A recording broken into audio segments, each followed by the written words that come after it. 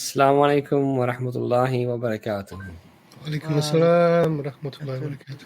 All right, alhamdulillah. We're another episode in now for Dawah Clinic, episode number 28. Jazakallah khair for all of you who've joined us early. I see in the chat that we have a few non-Muslims there as well. This stream is for Muslims who have Dawah-related questions, i.e., questions that they have either been asked that they would like a better way perhaps of answering it, or a different way of answering a particular question, or how they may approach a certain situation when giving dawah, when giving information about Islam and inviting people to Islam, and how best to do that. Of course, we are learning ourselves here, so inshallah sometimes you may have an approach that may actually work very well, and we would like to hear that as well. So it's a conversation, it's a toing and froing, inshallah ta'ala. We're learning from each other. And of course, because alhamdulillah, we do have a wide circle of brothers that we give dawah with. So we get some good information and pointers from them as well. So if you are Muslim and you'd like to ask a dawah related question, please get on early. I say this every time. And generally people start joining about halfway through the stream. And we generally have a full house then, and it's difficult to get everybody on. If you are non-Muslim and you're close perhaps to accepting Islam, and you know you'd like to perhaps take your shahada, take your testimony of faith, of course we will prioritize that, because that's the most important thing that any of us can really do. So the link should be in the description. The link should also be at the bottom of the in the comments, so please do try to get on there as well. So inshallah ta'ala, we're going to get Sister Tina on first. Sister Tina, you can just give me a quick wave if that's okay. That's fantastic. We'll get you on next, Sister, inshallah, and you can turn your camera off if you prefer, or you can leave it on. That's absolutely fine. We leave that up to you, inshallah. Okay, so we're going to get you on now. Assalamu alaikum, Sister Tina. Walaikum salam.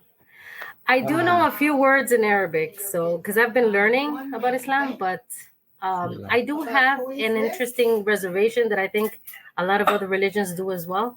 And Sure. None of you, well, I know maybe you guys did address this before, but I have not seen in any video that you guys actually said, you know what, this is what's going on and this is how we address it. I don't think it has ever been addressed. Just very quickly, there's a little echo. I don't know if you've got the YouTube video on as well. Just switch that off. I just turned it off, but let me see what I can do here. No I problem. think she's in an office setting, so there's Possibly, someone else okay. speaking. All right. Yes, I'm at work. I'm sorry.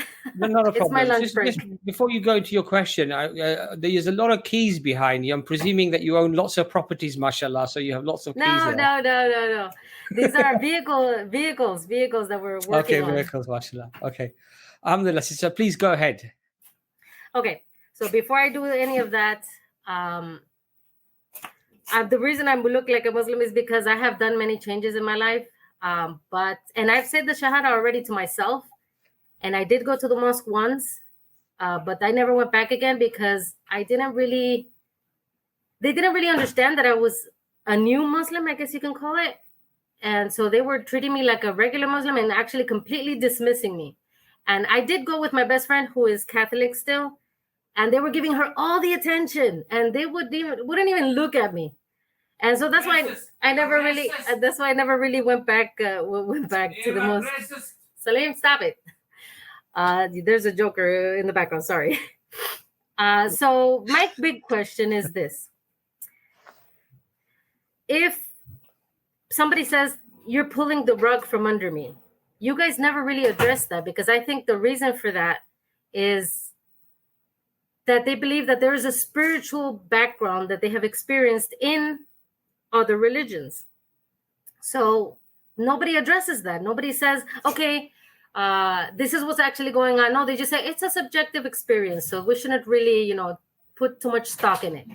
But how can you deny this spiritual experiences that people have in other religions? Okay, so your question, sister, is, first of all, let's address the issue with the masjid. Okay, sure. I would say that that's extremely unfortunate, and that's, I would say, very much anti-Islam, really. It's not the Islamic teaching. I would agree with that because And I in know fact- that not everybody is like that. Yeah, and in fact, from the Sunnah of the Prophet sallallahu alaihi wasallam, when he would talk to people, and this is something that I need to reflect on myself as well. It didn't matter who he would be speaking to; he would actually turn to them, and he would give them their full attention. And the companions would often feel that they were the closest to the Prophet. And we have a hadith where a companion is asking the Prophet sallallahu alaihi wasallam, "Who do you love the most? Who is the closest to you?"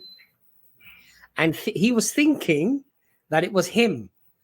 And the reason why he thought it was him is because the Prophet would give him such love and such attention, but he did that with everybody. So everybody was made to feel special.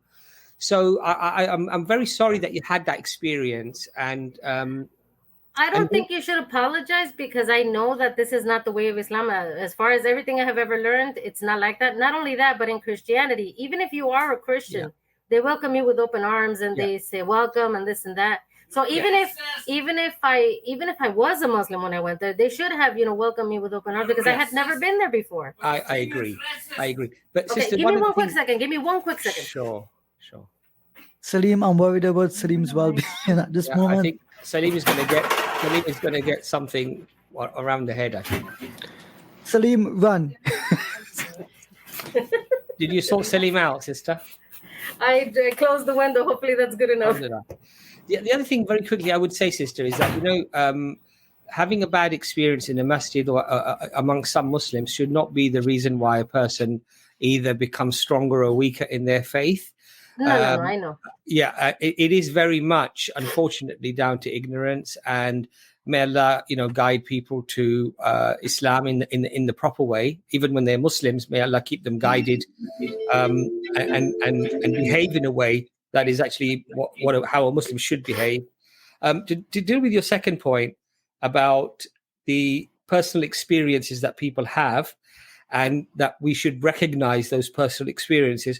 What I'm going to do, inshallah, is I'm going to actually get Dr. Imran in first because he's enjoying his coffee and his tea a little bit too much. So we need to break that. And we get, inshallah, Dr. Imran in first, and then he will start talking to you about that. And then Brother Ijaz, inshallah. So, assalamu alaikum, sister. I think just on the masjid point, when you went to the masjid, did you look as you are now? Because you look very Muslim when I see you. No. I was wearing actually I wasn't even wearing a real hijab. I wrapped my head with a t-shirt. It looked like a hijab, but I just had a t-shirt on my head. And to me, I didn't look Muslim at all, but I guess they misunderstood because my face looks a little bit Arab, I guess. I'm just trying to think laterally. So if you went into the masjid then with someone who clearly is a non-Muslim, and then you're looking like a Muslim, they're going to be very excited about trying to help that person rather than you. Right. So there could be lots of factors there, but I agree with what Abbas is saying. That maybe it's an unfortunate episode. But so I just want to understand your question really. So it sounds what you're saying is that people in other religions or worldviews have personal experiences. Okay, so can you give me an example of one so I know what you mean? What I mean by that is, when you see God guiding you in your life, whenever you pray to God through whichever religion you're doing that, and you actually see the answers in your life. I heard that in Islam, there's something called that God answers the prayer of the caller when he calls, not just Muslims. Yeah. So in my mind, I'm thinking, okay, so this is God actually guiding me and helping me and answering my prayers and healing me and doing miracles. Yes, not everything is, I guess, kosher, if you want to call it, but you see God's presence in your life, even when you're in other religions. Yeah. So what's because you're doing it honestly to God. You're not really doing it because if you don't know that this is not the truth, you're doing it honestly for God. So what's controversial about that? Because whenever something pops from the few videos I have seen on YouTube, whenever somebody comes up with something like that, they say, "Oh, but that's such a subjective experience. You can't rely on your faith based on your anecdotal." So there's two separate things. So yeah, there's two separate things here. So one is, does Allah show mercy and help people who are not necessarily Muslims? Yes. Allah says He hears the call of the one oppressed. So there are a few people who will, when they make the call, they will hear them. And Allah has given lots of blessings to people. So you see people who are not believers actually living reasonably well in terms of their sort of physical lives. There's no issue. So there is some love and mercy. Now, try thinking of that and saying that this is an experience. Okay, that's fine. That's one description of it. But when people talk about personal experiences used as evidence for your position, that's a different thing entirely. So if someone was to say, and I had this conversation literally this morning with a Catholic person who was contacting a Muslim, saying that they know someone who had a dream, and in that dream, this person said to them, to that person that I am Jesus and I am the way, the truth, and the life. And then the person who had never had a Bible before was given a Bible and then was shown the verse, and it was apparently a miracle. And then that is used as an evidence to say that Christianity is true. Now, there's one experience in your life where you see things that you attribute to, yes, God is helping me through this tough situation, and that's fine. There's no issues with that. But using anecdotal personal experiences as an evidence is difficult. Why is it difficult? Because you can't show them to anyone else.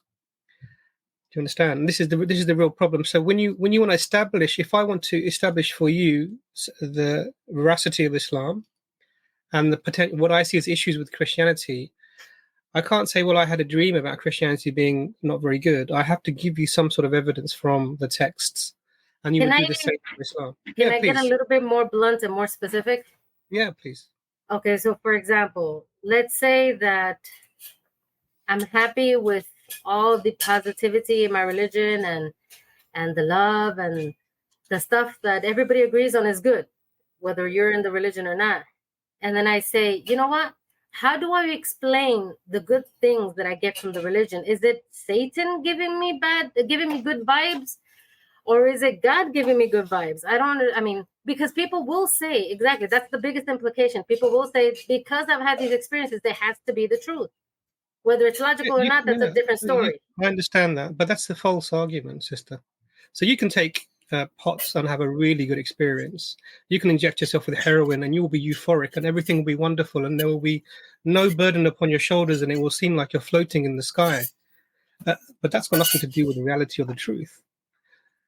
Even so, for example, in Islam, you have to get up at I'm here in the UK. You have to get up before 4:30 in the morning to pray.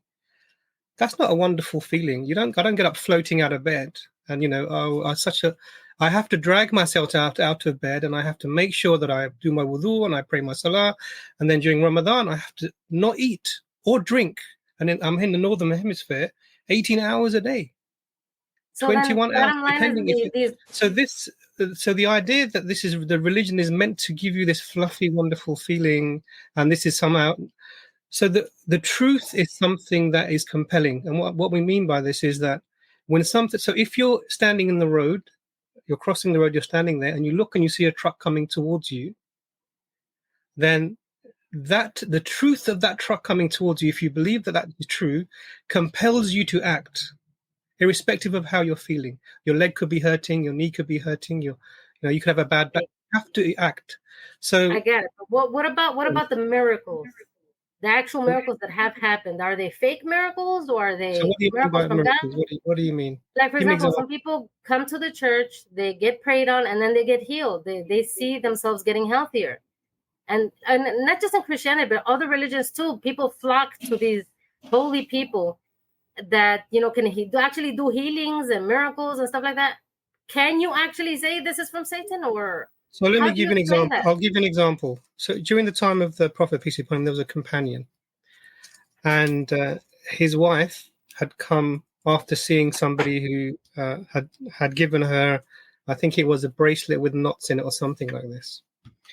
And when the companion saw this, he recognized this is something to do with black magic, communication with the jinn, and he took it off and he discarded it. And she was annoyed, and she said, "Why have you done this?" And he said, because he explained that these things are done by people who are practicing arts that are not appropriate. But what was our response to him? I had a very bad twitch in my eye. It would twitch, and as soon as he did this, gave this to me, it went away. The companion explained to her it was probably a jinn irritating you, affecting you, and when you did the worst sin, you associated partners with God, you assume that there is something other than God that can help you, it let you go because it achieved its objective. So there are people who, and I've seen the same, who you can see these secular people, even like Derren Brown. I don't know if you've heard of Derren Brown. No. These are mentalists who can take somebody who is, as far as we know, not able to walk or anything like this, and they will put you in a mental state through interaction and conversation, and where you are acting in a way that you couldn't act before, and it's miraculous. And an example of this is when you go to I see these things on church about churches on TV, and this pastor's walking up and down doing this, and then you see these people falling over, and this person's blowing over there, and then someone starts doing this, and Benny Hinn.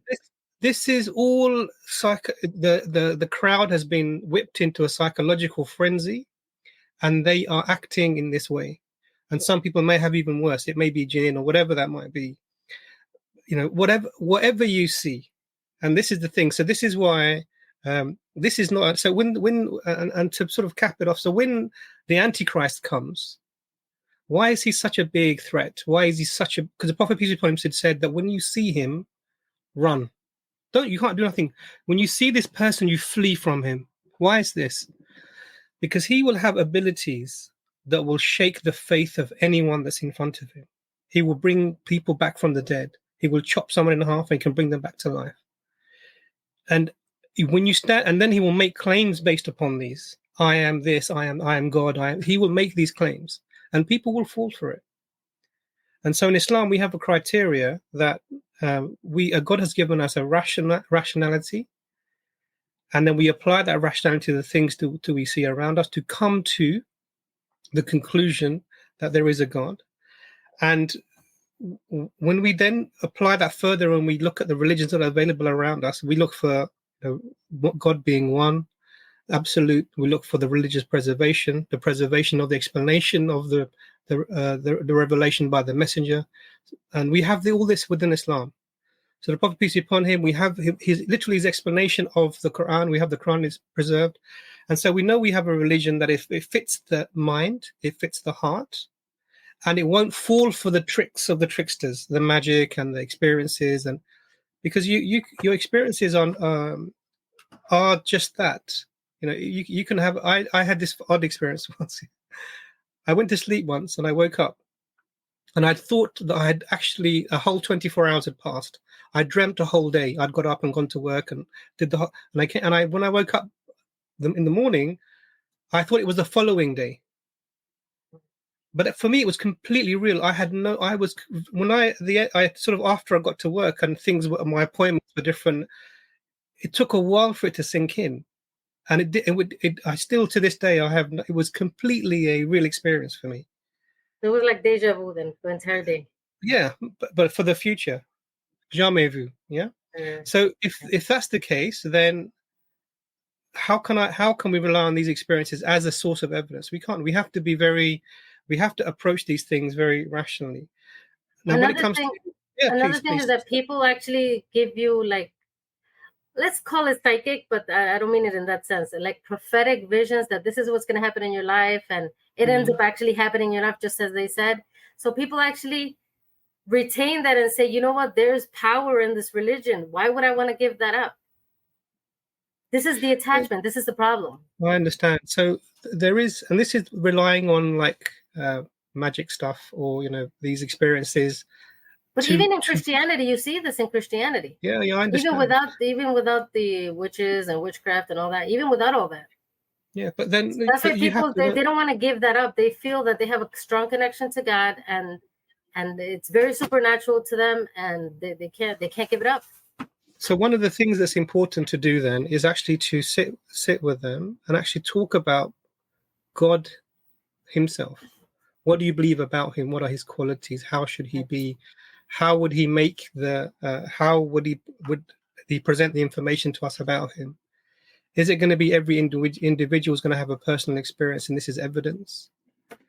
Or is it going to be that he will send messengers, which is what history shows? There have been people throughout time, separated by geography, by language, by culture, and by time, who have said that God has spoken to us and this is what he's communicated, and they bring a message. And all this speaks to is that the way that God communicates with you and to tell you about how to be in the world is through his messengers. Now, that's a system. Now, if you take something outside of the system as a way of evidencing your position, then you're on shaky ground.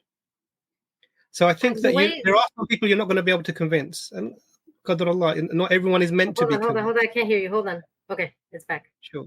And not everyone is meant, all you can do is provide the information in the best way possible, and then it's an individual choice.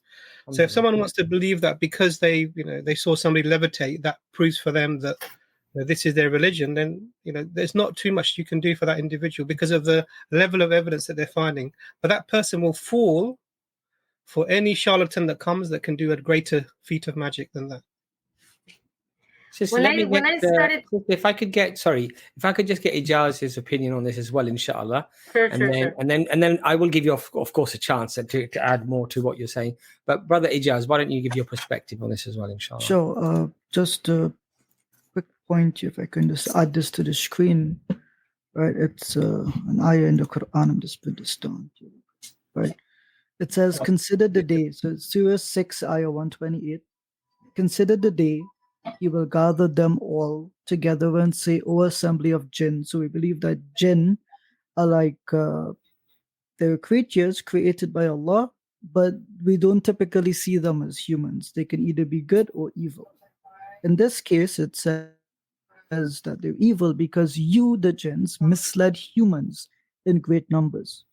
So for us as Muslims, we do believe that there are undue influences beyond what we can see, hear, and feel that do mislead people.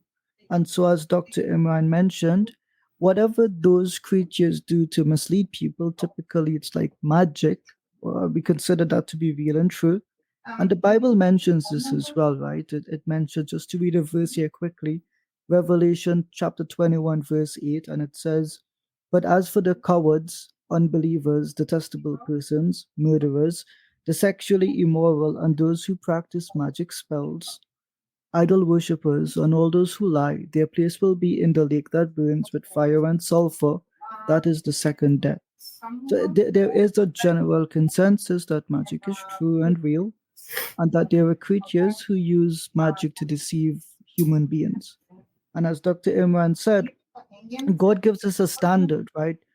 Scripture is directly from God. That is the standard. It's not something personal. It's not something that can be manipulated. It's in the public trust. But something that you personally experience, that can't be judged. That can't be held accountable. There is no realistic way of comparing that at a true and realistic standard. It's a completely subjective experience. And by God, we humans, we tend to deceive ourselves with things. Dreams become more than dreams. Ideas become more than ideas. We allow feelings to dictate what logic goes against sometimes. So I hope that answers your question in that regard. Yes, there are undue influences that can mislead us, but those things which mislead us should be held accountable to what God has declared in Scripture. That's how I understand it. My question to you, Tina, is because you've asked us many questions. I could just add one little thing as well. Sure. Sister, I'm just going to put this verse in the Bible up for you. And it's they will pick up serpents with their hands, and if they drink any deadly poison, it will not hurt them. They will lay their hands on the sick, and they will recover. Mark 16:18. This is the English Standard Version. Now, the first 2 points about drinking poison and playing with snakes, basically serpents, you're probably aware. I believe you're from the US, right? Yes. How many people have died trying to play with serpents and drink poison in the deep? I don't know. I don't know any people that have ever done that.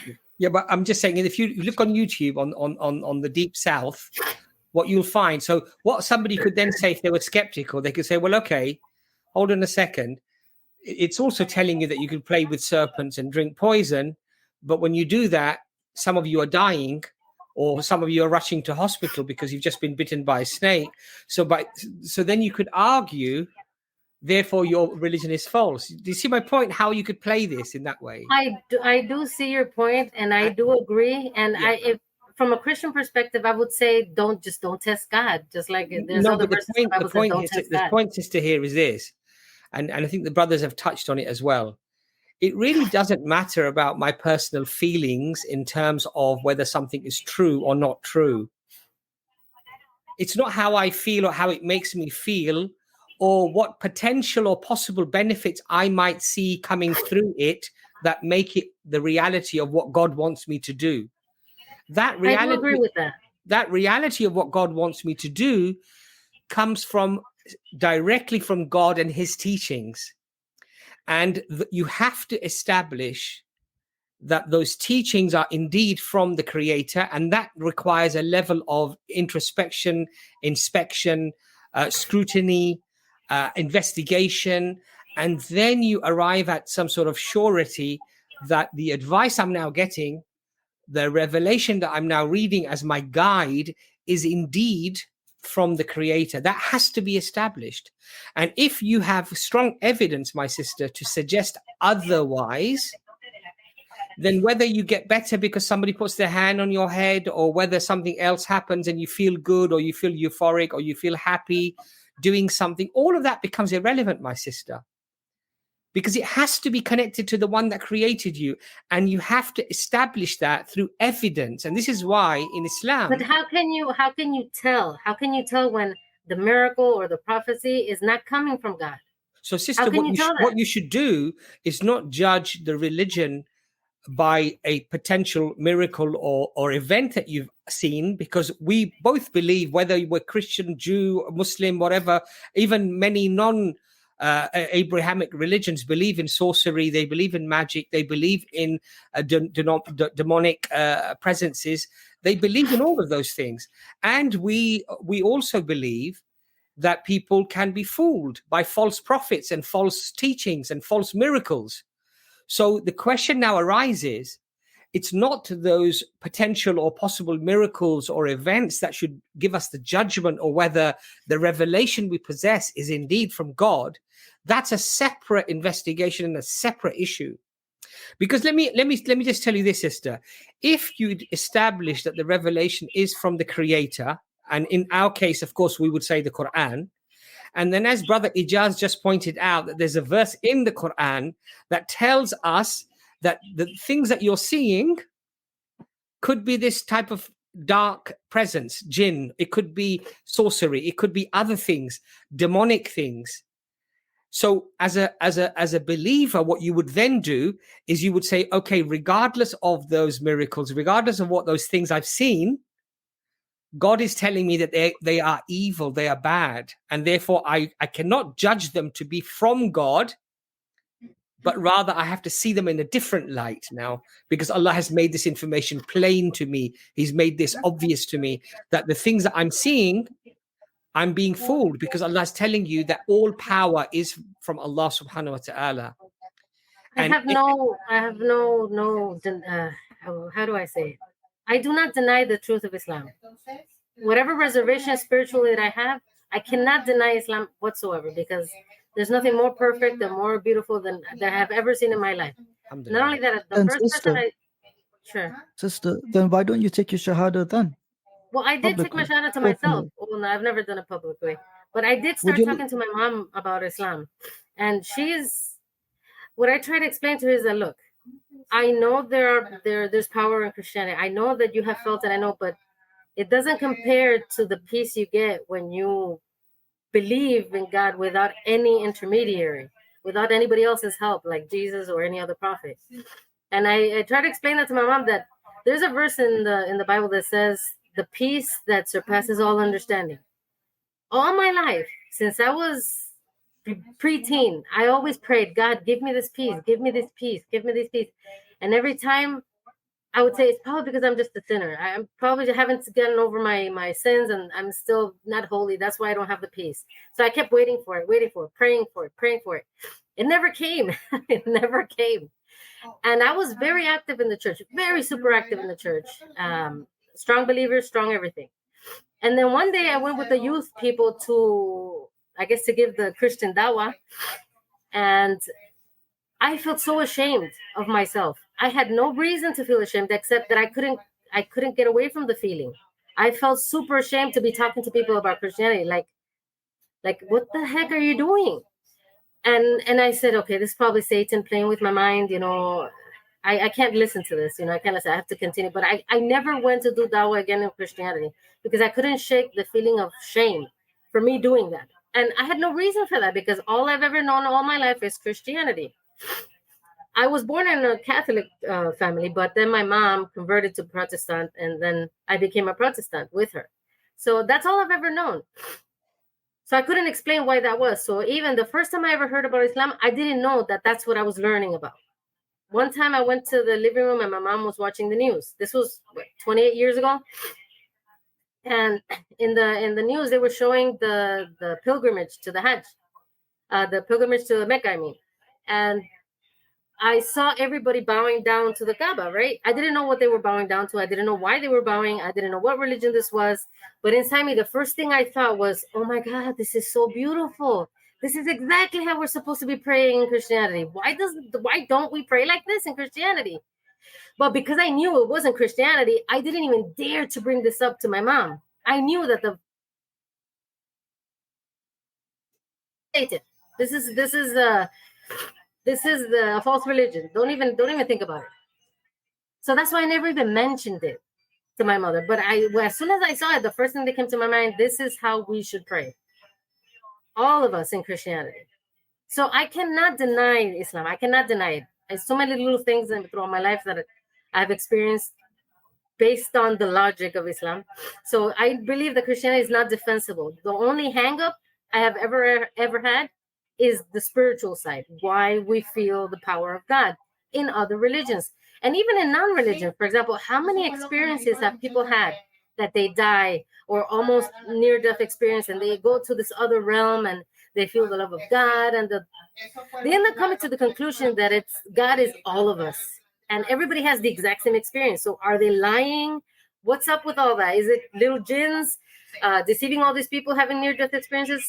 This is the hang-up, that people have experiences, but how can they tell that this is not really God?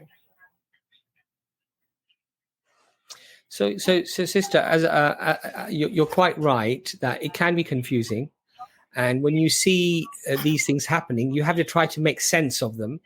But the best way to make sense of these things is taking the teachings, the advice directly from God Almighty. And God is telling us that these type of miracles or these type of events are not the way that you judge whether the religion is true or not.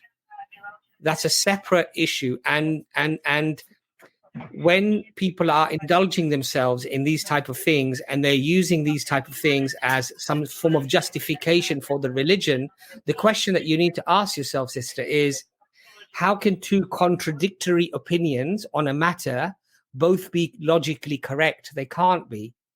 So if one says that it is blasphemous to say that Allah has taken a son, what an evil word. You don't even have to go down the road. What I'm trying to say to you is that, therefore, if the foundational concepts within that religion are false, for example, then you have to question that those miracles that are happening, are they happening through the finger of God? Are they happening through God? Or is this, as the Quran is telling you, that jinn and other entities are reinforcing their disbelief by doing these works for them? I get that. I get that. And in fact, Imran's point was very, very precise, which was that where the woman's eye was having a problem with her eye, and when the charlatan put on the knots, the magic spell, the jinn basically left her to reinforce disbelief. You see. I understand. But okay, for example, the one reason why I never went through that extras, because I thought maybe I'm not spiritual enough in Christianity. Let me see, maybe this what do you call it, like ascended masters and path type of Hinduism stuff. Maybe they're onto something because everybody's having the exact same experience and it shouldn't be a coincidence. But in Christianity, they say that if you see spiritual things like that, calling God a multiple thing, because even in Christianity, I never learned anything about the Trinity. I learned about the Trinity through your videos because our church never taught the Trinity. We were just assuming that it's only God, and we always believed it was the Father, and that was never a question. So nobody actually sat down and explained to anybody what the Trinity actually was. So we didn't actually believe in that, even though we believed that there was such a thing in the realm of Christianity. We never actually paid it any attention. But they say that if you see stuff like that God is more than one, then you should automatically assume it's from the devil, because there's no way that could be possible, no matter how many people testify that that's actually the case. So that's the only reason why I never went down that route. I thought about it, but I never actually went down that route. But sister, have we managed to address your issue, your fundamental core question, which was that when we see these things happening that are miracles and what have you, how can we say that they're not from God? But can you see that has been addressed? Are you happy with that? Yes, technically, yes. I'm not 100% happy, but technically, yes, you did address it. What would make me happy is if you guys say, you know what, this is for sure from Satan. Don't listen to it, and let's move on now. Because otherwise, how can we know? So maybe, because one of the questions you asked was how can we know if, and you've asked it again now. So let me just. So why were prophets given miracles? To prove that they were prophets. Okay. So and were you there when Moses split the sea? No, of course not. But do you believe? But I know from your videos, I know that was because at that time they needed to know that, and those miracles were for those people. I get that. So anyone else bringing you anything like a miracle or this sort of wonderful thing, you have to understand what their claim that they're making is. So you have these people who, are saying they're doing all these things and that they are themselves in direct communication with God, i.e. they're prophets, and this is what they're bringing, and this is what they're bringing forward as an evidence of who they are.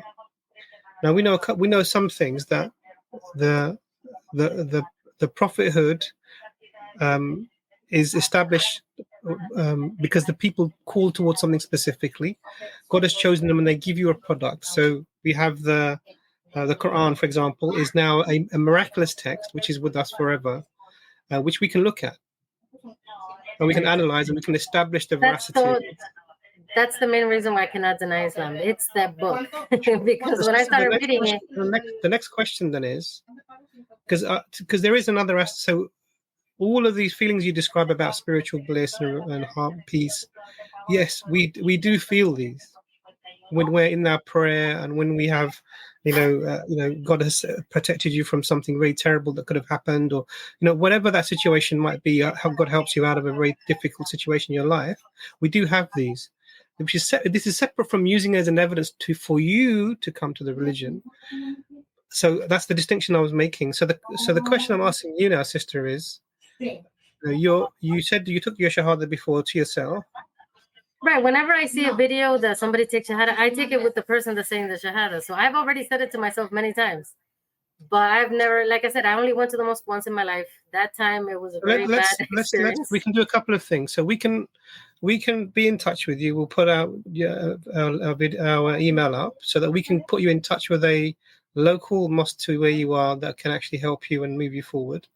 But we will to help you to sort of start the journey. Are you happy to take the shahada, sister?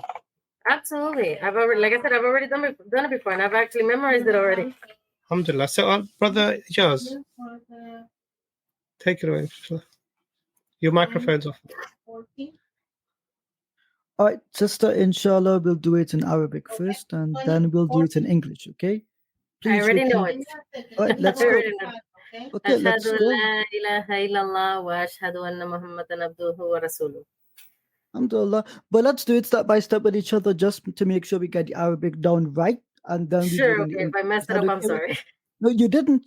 But no, alhamdulillah, it's a better way to do it with each other, inshallah. We get the reward for it together. So, wonderful. Okay, no problem. Ashhadu. Allah. Allah. Ilaha. Ilaha. illallah illallah wa ashhadu wa ashhadu anna anna Muhammadan Muhammadan abduhu abduhu wa rasuluh. wa rasuluh.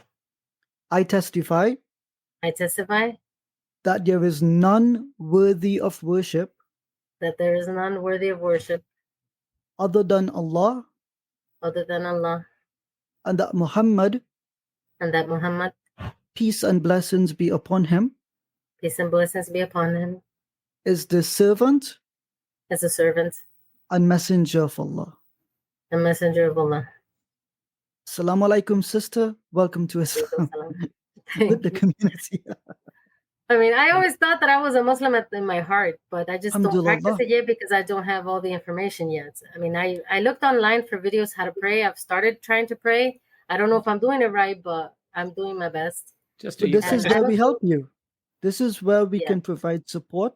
We can connect you with other sisters, with a good masjid in your local community, with a local imam. We're here to support you every step of the way, inshallah. So there's our email. And either Uncle Abbas, Dr. Imran, or myself, or Brother Ayaz behind the scenes will respond to your email. probably a And yes. so, most Probably. likely Ayaz. Mashallah, But we yeah. will send you literature like a copy of the physical Quran, a translation. We can get you a prayer mat. We want to set you up so that you could practice Islam with ease, comfort, and confidence. Inshallah. I've actually been praying on a towel. That's okay, right? Yes. That's fine. As long as it's clean, that's perfectly Yeah. fine. And Another thing, I don't want to hijack the entire conversation, but can I just mention one little thing? Actually, it's a big thing, Sure. but one little thing.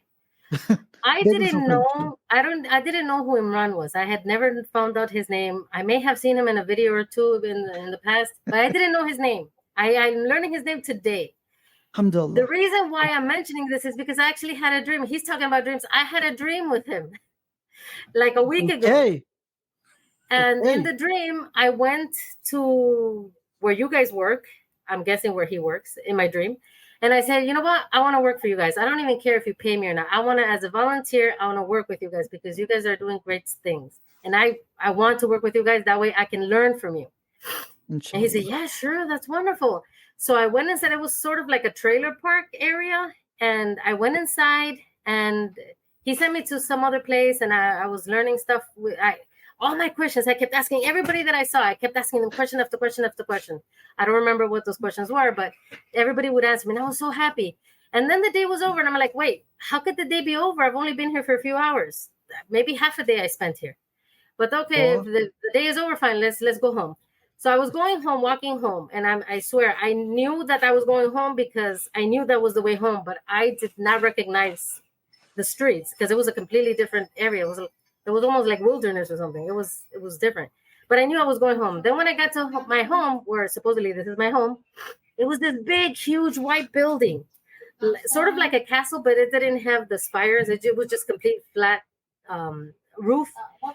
And when I got there, the building was so white that it was like light was shining from the whiteness. It was like the building was shining light. And I'm like, whoa, this is so white and bright. And so I went inside and I'm like, I can't be home. This can't be my home.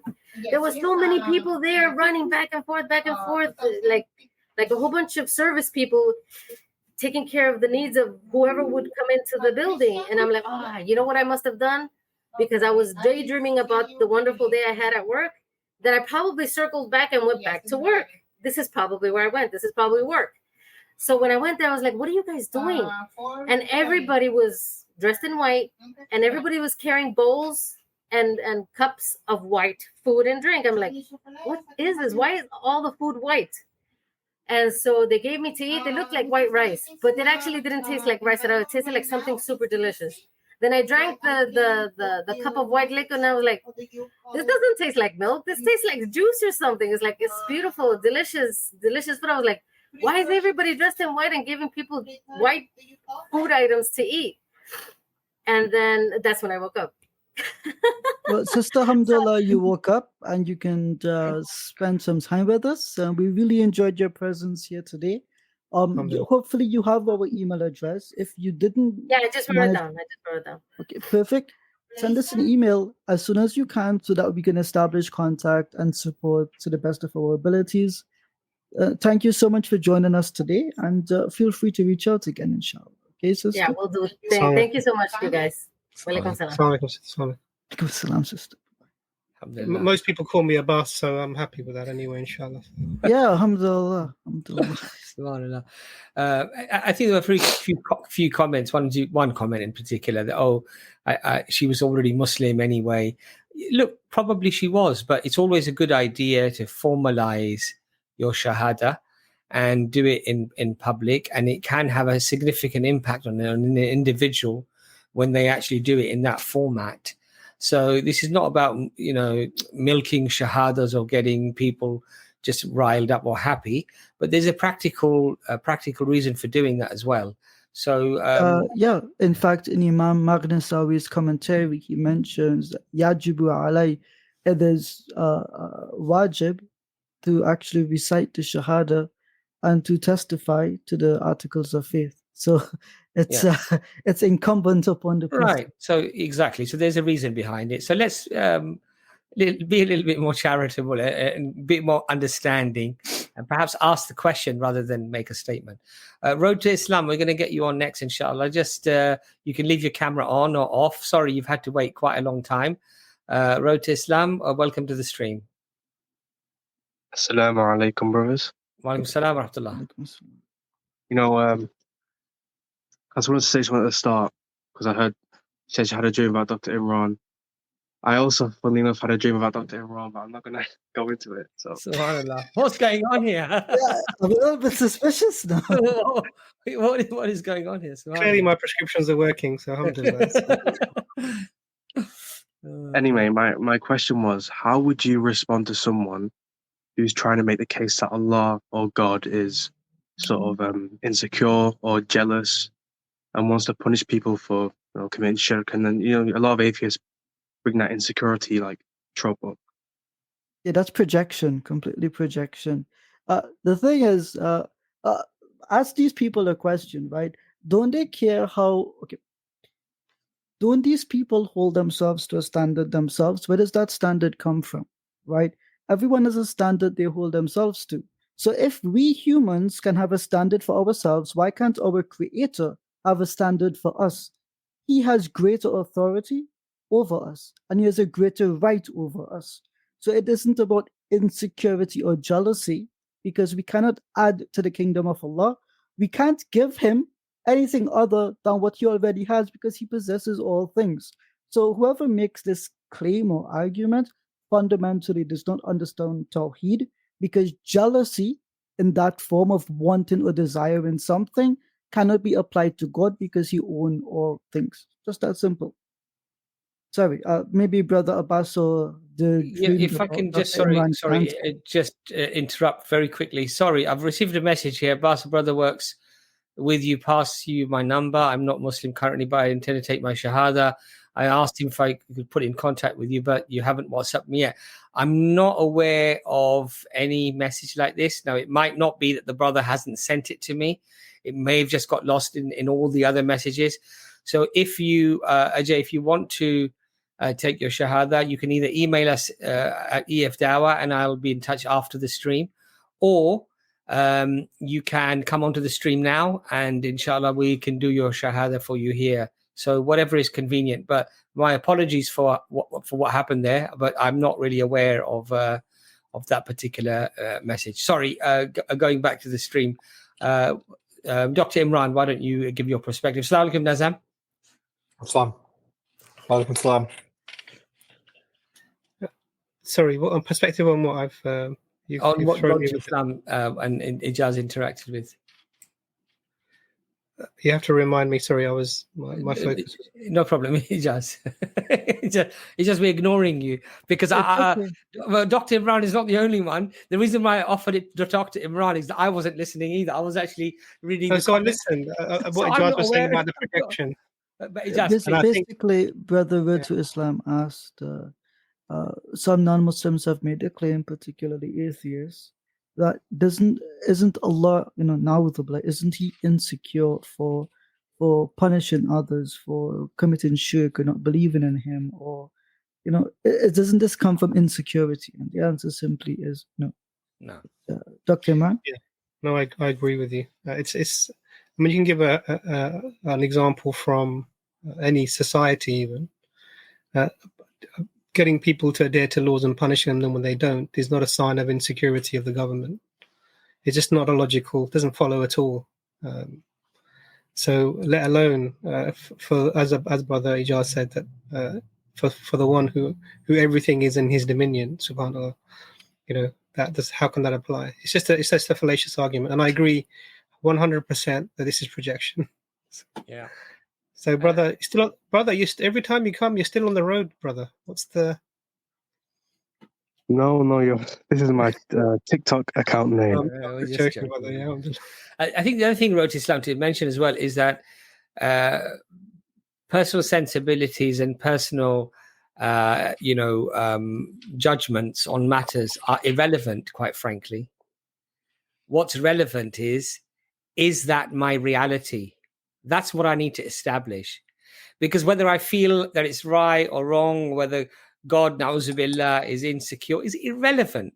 Because if the reality through investigation and evidence suggests that the overwhelming balance of probability is in favor with such an outcome, then it would be prudent and sensible for you to take the relevant steps to ensure that you save yourself from that reality of punishment. Worrying about the why it might be the case, oh, it seems unfair to me, oh, it seems very harsh. Who cares, quite frankly? Ultimately, if your creator has ordained such a judgment, and from that judgment comes heaven and hell, punishment and pleasure, if that's the reality through your investigation, through evidence, then make sure that you're clever enough and sensible enough to safeguard yourself from that punishment and give yourself the best possible chance, inshallah, with the guidance of Allah, to attain paradise. That's more important for you. And I think sometimes, you need to have that word in this slightly more robust way, because, humankind are often they become full of themselves. They think, oh, I'm so intelligent, I'm so clever, I'm so rational. I can make judgment about all of these things in a balanced and in a very good, proper, proficient, professional way. No, you can't, because you have a pixel and Allah has the entire picture. And that's the reality that you need to investigate, rather than worry about whether you like it or you don't like it, or whether you think it's reasonable or not reasonable. So does that answer your question, brother? Yeah, very well, thanks. Is it okay if I ask another one? Go on, inshallah, go ahead, brother, because you did wait quite a long time for that. Yeah. So I was talking to my friend the other day, and he basically made the proposition that when infants or any infants, when infants are killed and they go straight to Jannah, that's actually not just, because they essentially got the reward for the test that they never took. That's basically what he said. So correct me if I'm wrong, brothers, but there are two opinions on this matter. One is that they will be tested in a different way, and the other one is that if they die before reaching the age of puberty, then they're regarded as minors and they go straight to Jannah. Is that correct? That these are the two main sort of opinions on the matter, Dr. Imran? So, sorry, I just want to understand the. Sorry, Abbas. I think you are right. But no, it's okay. The question basically is that if children die basically and they go straight to heaven, then effectively they're getting heaven without having to go through the tests and trials that everybody else would have. What's the problem with that? Well, it's basically, he's saying that, as if the soul isn't being tested, it's unjust. I think that's what he's trying to say. So, and your friend that you're speaking to, what is his worldview? Is he a theist, an atheist? What is he from?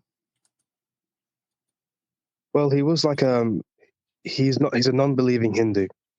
Like, he doesn't really believe. He was like interested in Islam. Okay, And so what he's saying is that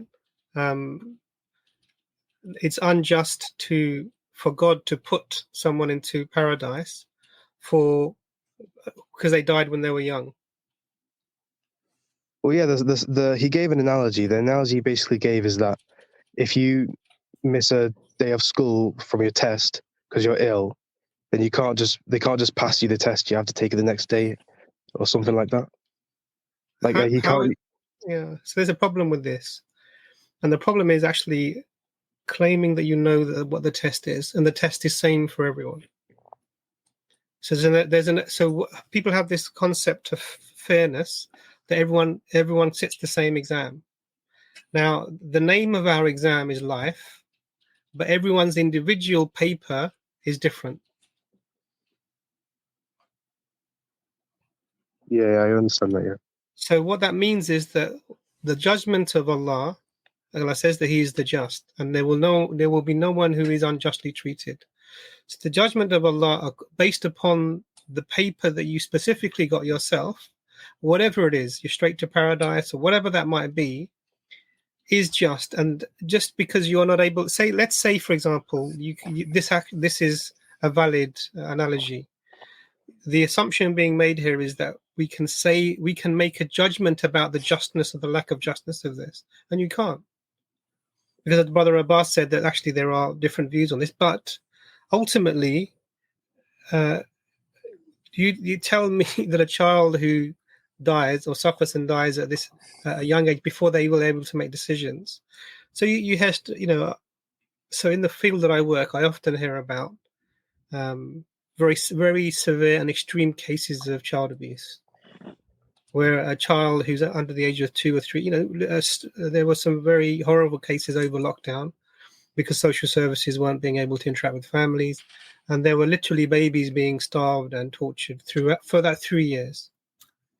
There was a very emotional video of a young boy screaming, "Somebody please feed me," and he died a few short hours after that was filmed on somebody's camera. And so now a child that dies, alhamdulillah, we're in no position to make a judgment. So even if you have someone at 1 second they die, the assumption being made is we know what the test was and we know how this person will be judged, and this is unfair. Actually, you've got no epistemic access, knowledge access to that decision and the outcomes around that. So it's just an assumption. I don't know if I try not to be convoluted and use technical terms, but does that make sense? I think there's also one very important point here, brother, is that even the one who lives for 100 years and does all his duties, performs all of his prayers and everything else, and goes through all those tests, guess what? The Jannah, the paradise he receives not for his works anyway. Because, Ijaz, did you have to leave? Yeah, Jazakallah khair for coming on, Ijaz. And Assalamu alaikum, guys. May Allah make things easy for you, inshallah, and your family as well. Assalamu alaikum. So even though he's lived for 100 years and done everything, he still receives paradise for free, basically, because Allah says on the Day of Judgment, just his eyesight and all of his good deeds will be placed on the two sides of the scales, and the eyesight will be heavier. In other words, he will not earn paradise. It will just be from the mercy of Allah that he will get it anyway. Do you understand my point? There was another, you just reminded me, there was another, recently brothers posted a conversion story of Muslim. Someone who became Muslim. They became Muslim. 24 hours later, they died. Subhanallah. 24 hours later, they died. Everything wiped clean. 24 hours later, they died. After living a whole life. And so now, that same person can make the same argument. Oh, this is not just. Yeah. Well, based upon what? How are you determining this? First, you've got to have a standard by which you're saying that you're going to make a judgment, and then come and bring it. I mean, an ex-Hindu, atheist, they've got no standard. There's nothing for them to hold up as this is the rule I'm going to measure this lack of justice by, because there is none. So this is all assumption based. I hope that makes sense, brother. I know that we're talking at you a lot, but does that make sense, brother? Yeah, it makes a lot of sense. I think Abbas is he brought up the point that I even forgot about, the whole, you know, you go into paradise with the mercy of Allah. I didn't even think about that. So that's a really good point. Yeah, we're getting it for free. If we honestly think that we're earning paradise or earning salvation, we're fooling ourselves. Because everything you do your whole life, if you were to be in prostration for your whole life, you wouldn't be able to pay Allah back just for your eyes, let alone all of the other favors that Allah has bestowed upon you.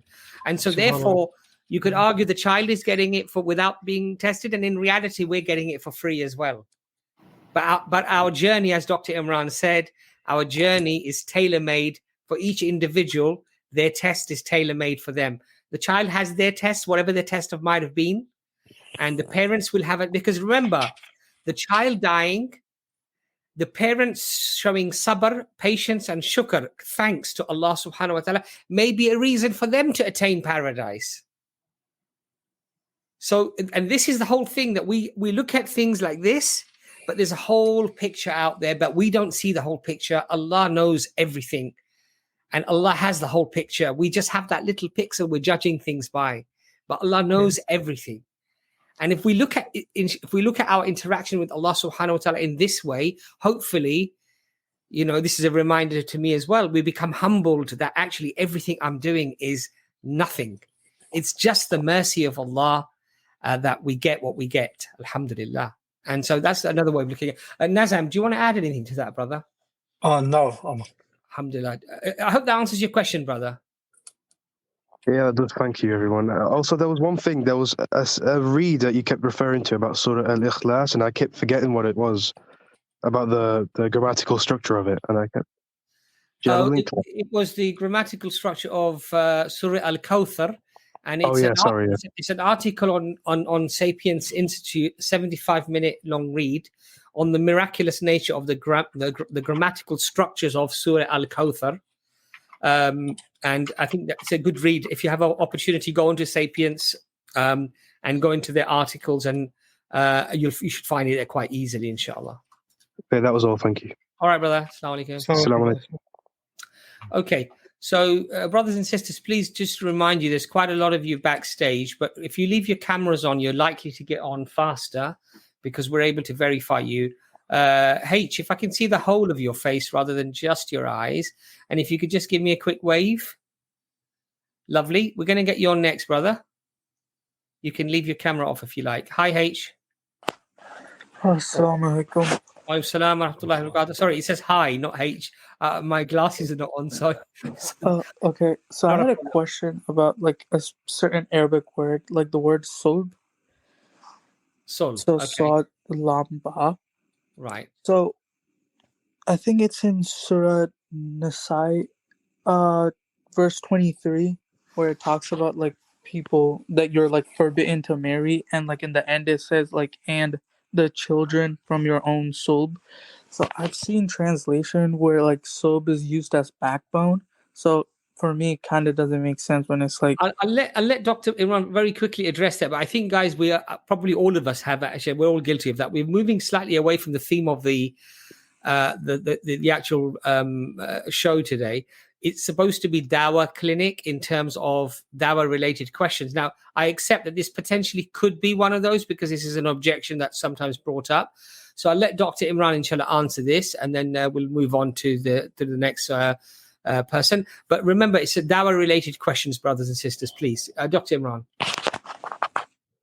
Assalamu alaikum, brother. Yeah. So the term sulb, if you look it up in any lexicon you like, and I remember looking this up when I did a video about Surah An-Najm, Bayna Sulbi wa Tara'ib, the famous thing that people bring up about sperm coming from between the backbone and the rib.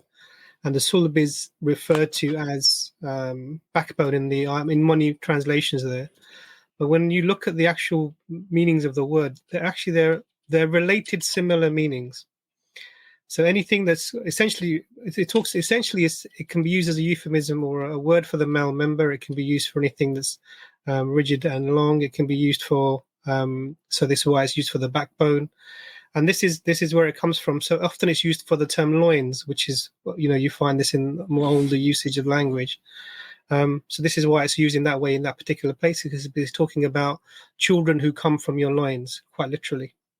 Yeah, but there's like that make- another objection. I heard when some people say, "Oh, your loins are between your lowest rib and the top of your hip bone." So Yeah, so you're talking about a butcher's definition of a loin. This is a loin cut, and and the colloquial understanding of the term loins as this is the fruit of your loins. It's not the same word. It's the same word, but carrying different meanings. You understand the just difference? like in English. So if you were to take if you were to go to the butcher and say I'll have a loin cut from this, they will cut the bit between your, like as you're describing. That's the anatomical description of that piece of meat. But there's another. You can use the same word that these you can point to your children. These are the fruit of my loins. Yeah, and this would just say that these are your children. They come from you in the literal sense. So what's being mistaken here is the same word being used with different meanings. Okay, so like the Arabs also used it as like the way we use it. So we see it here, yeah, being used. The wives of your sons who are from your loins. Sulb. Oh, okay. I hope that helps, brother. Yeah, thank you. No problem. I want to say bye, but your name is Hi. Vanessa. Assalamu alaikum. Abbas, you're muted, sorry. Sorry. I don't know what's happened to Nazam. Either he's launching into space and the camera has turned, but we'll have to see. So okay. when Nazam comes on, obviously there's no bandwidth that's actually big enough for Nazam to be fully in That is view. true. Mashallah. That is true. So we've got Brother Eric on. I think we're going to get you on next, Brother Eric. If you could just give me a quick thumbs up and a wave. That's lovely. You can leave your camera on or turn it off, whatever you're comfortable with. And anybody else who would like to come on, please, if you leave your camera on, you'll get on quicker. Eric, how are you? I'm good, thank you. Assalamu alaikum. Wa alaikum assalam wa rahmatullah. Right.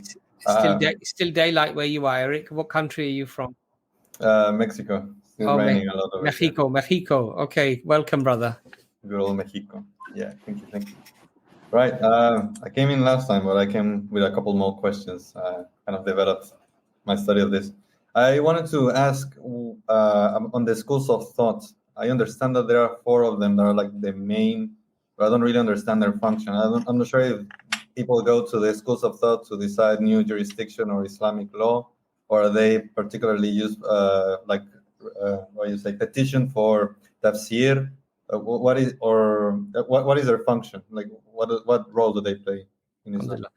Nazam, I'll let you come in first, and what I'll do to Eric, brother, I'll try to find you the video that we have on YouTube on this particular topic, which I discussed with Sheikh Abu Alia about the schools of thought, and I'll put that in the link and put it on the screen for you so you can perhaps view that afterwards. But Nazam, what is the purpose of the 4 schools of thought? So the purpose is basically to derive Islamic like Sharia interpretation and law in terms of mostly it's related to practice and how to derive Islamic teachings from the Quran as well as from the Sunnah of the Prophet, peace be upon him. So these different schools of law had like their own minhaj or their own methodology of extracting law from Quran and the Sunnah. And historically, you probably know that there were more than just 4 schools within the Sunni part of the Ummah, and Shias, they have their own schools of jurisprudence. So basically, when someone says that they're a Hanafi, or when they say they are Shafi, these are not sects within Islam. But what they mean is that they're following the Quran and the Sunnah, but they're following the Quran and the Sunnah according to the understanding of the Hanafi school, or they're following their understanding of the Quran and the Sunnah according to how Imam Shafi understood it, or according to the Maliki school. So when someone says they're Maliki, for example, it doesn't mean that they're claiming to belong to a sect, or it doesn't mean that they're not following Quran and Sunnah. it just means that they're following the understanding or the interpretation from the Maliki school. And within the schools themselves, like within the Maliki school, within the Hanafi schools and the others, you can have scholars within them having that difference of opinion. So even though they may be following the same like usuls or the same principles, they may still come to like a different understanding based upon their reasoning. And sometimes you'll find some schools or some scholars rather, they don't necessarily stringently stick to the principles within their own schools, but sometimes they adopt external principles that belong to other schools, and hence why you can also have like differences of opinion as well. But the idea of these schools is that they're supposed to make it easy for the layperson to follow Islam and to practice Islam, because not everyone has the capability of studying the religion like in proper thorough detail. And so you have you know people just like not everyone can become a medical doctor, but they're essential. Like we do like need doctors and dentists and nurses to care for people. And likewise, we also need like religious scholars as well for people to understand the religion, because not everyone can become a religious scholar, and we need people to study the Quran thoroughly, and also to go through the Sunnah of the Prophet and to shift between what is the authentic Sunnah and what is not. And so that the layperson, you know, knows what is halal and what is haram, and to make it easy for them. But at the same time, if we're able to study and learn, you know, we shouldn't just be lazy ourselves. We should also, if we're able to, we should also try to make the effort to understand the religion ourselves. And yeah. So, Brother Eric, I've put it on the screen as well, the video, and also Brother Anis in the comments has put in. There's 3 parts to this video, so please do try to access that as well. Does that answer your question, Brother Eric? Yes, I just have a couple of follow-up questions to that, if you don't mind. Sure. Would these schools of thought, a scholar, would that be considered? Would a sheikh be considered a scholar, or is that more the role of a mufti, because the muftis are the ones in charge of law? And as you explained, the schools of thought mainly are to interpreting certain rulings. What would be considered a scholar now? Is it the old, like the old people, the companions, and they were like scholars, and now we are just learning from those scholars? Or are there scholars now? And like, what would constitute a person becoming a scholar? So not every sheikh is a mufti, but every mufti can be a sheikh. So a mufti is someone who specializes in Islamic law or Sharia. So a mufti gives like fatwa, Islamic verdict. So like when a problem arises, a mufti would give their opinion belonging from within that school as to what they understand to be the correct like interpretation. Whereas a sheikh is a scholar, but within like Islamic scholarship, you have different scholars specializing in different sciences. So you have some scholars that specialize like in the art of recitation of the Quran. So they're not muftis, but they're simply teaching people how to recite the Quran with its proper pronunciation. And then you have other scholars known as muhaddith.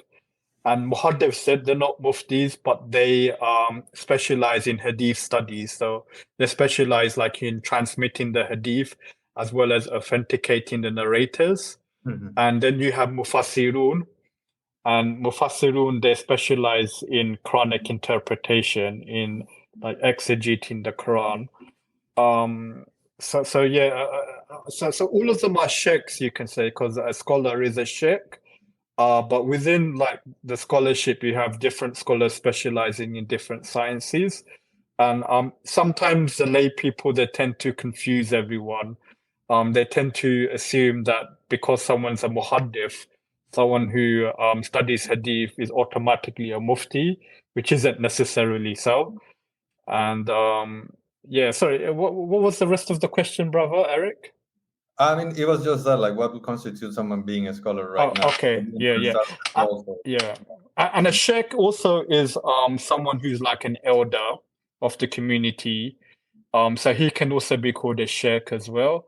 So like someone who's 50 or over can be called a sheikh. An imam can be called a sheikh. So sheikh's quite generic, whereas mufti is something that is a technical, specialized term used for someone who specializes in Islamic Sharia. Okay, thank you, Hassan. Yeah, that responds my question. Could I just maybe try and because can be really confusing for a revert, right? Are you're a new Muslim, brother? I'm 7 months now. Yes. Okay, mashallah. So it's really confusing because you think actually, we have, one Islam, we have the Quran, and we have the access to the Hadith. So why are there all these different schools of thought?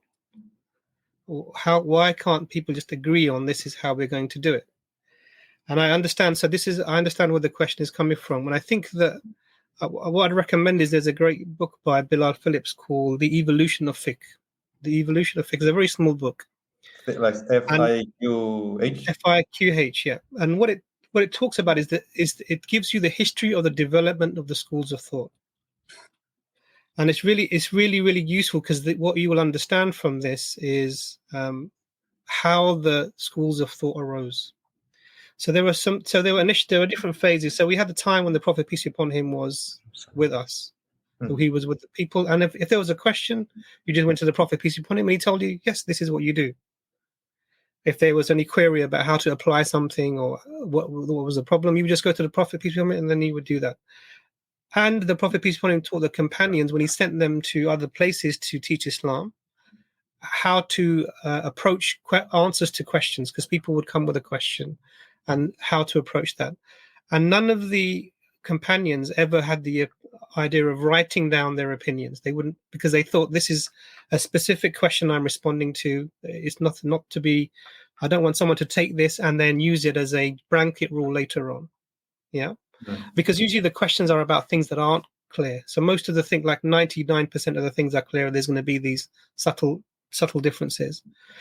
Then after the companions went to different places. So they were, initially the righteous caliphs, they asked all of the major Sahaba to stay together, because what they would do is if there was a question that hadn't already been asked, they would sit together and they would do shura. They would talk about this, and they would come to the conclusion that this is the right way forward.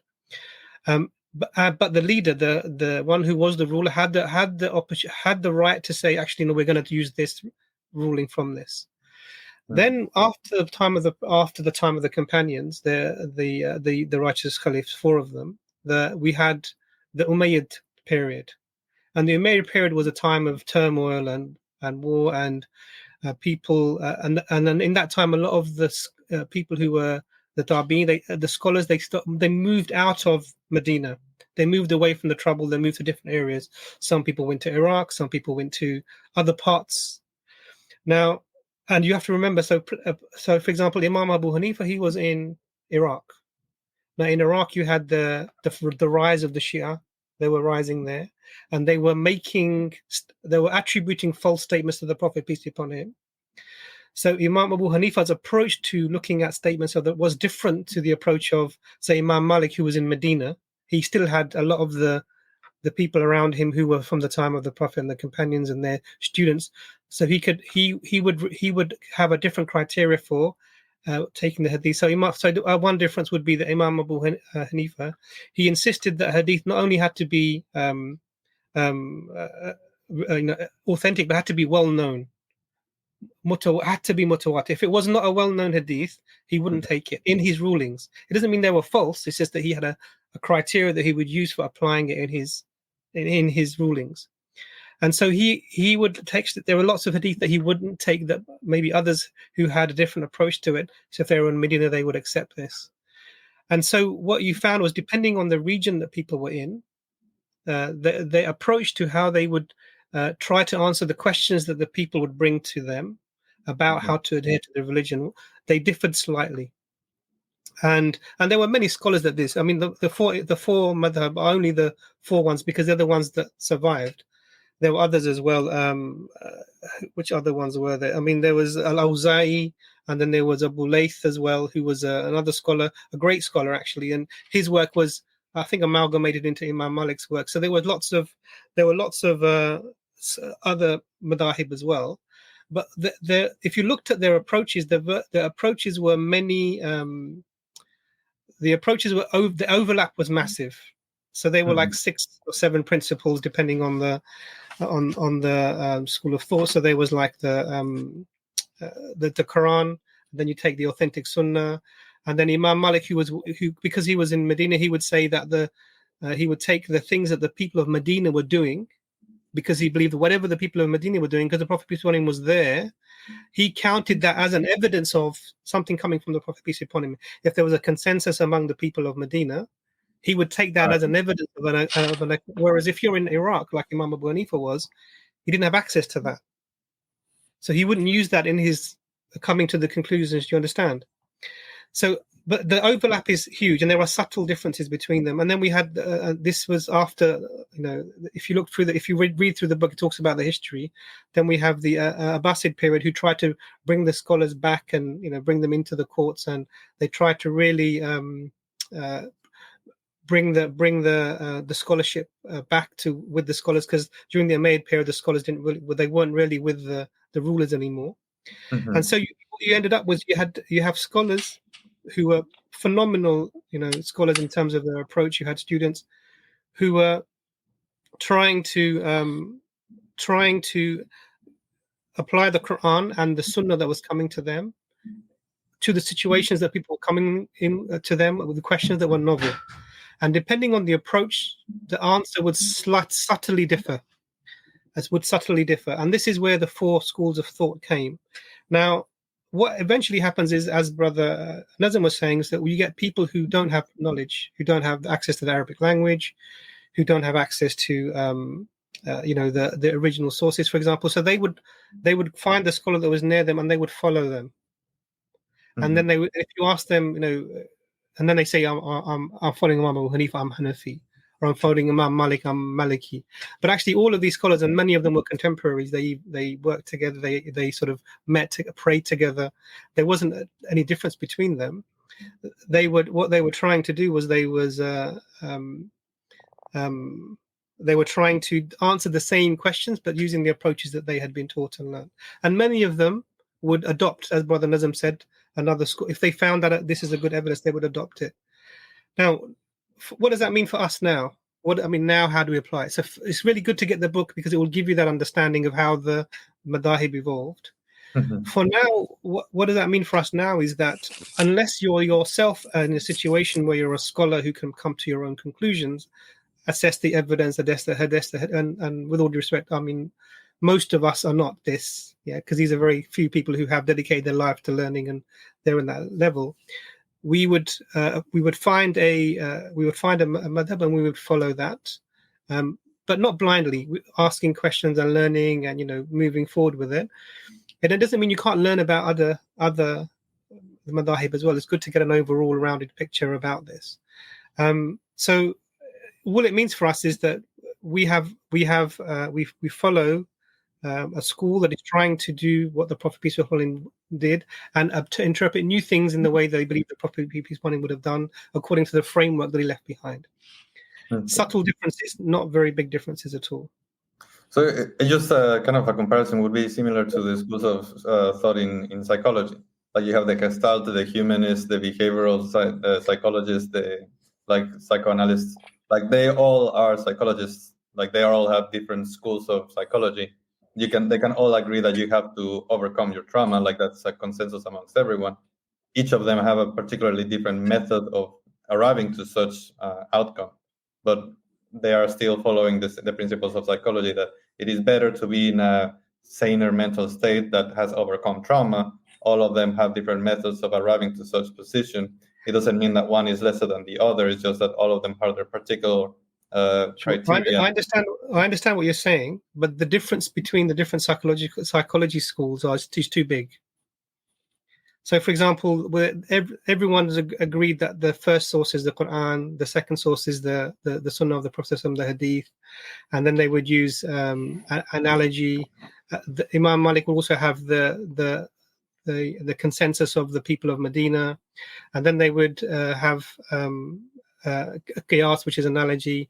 Some would also have things like the urf, which is the customs of the people. This would also be taken into account. So and the reason this was required was because as the Muslims developed many cultures, Islam enveloped many cultures, you had to take the customs as part of the ruling system. You couldn't make a rule that because Islam is never about destroying a culture. It would take the culture in, and it would anything that was clearly against the Sharia, this will not be allowed.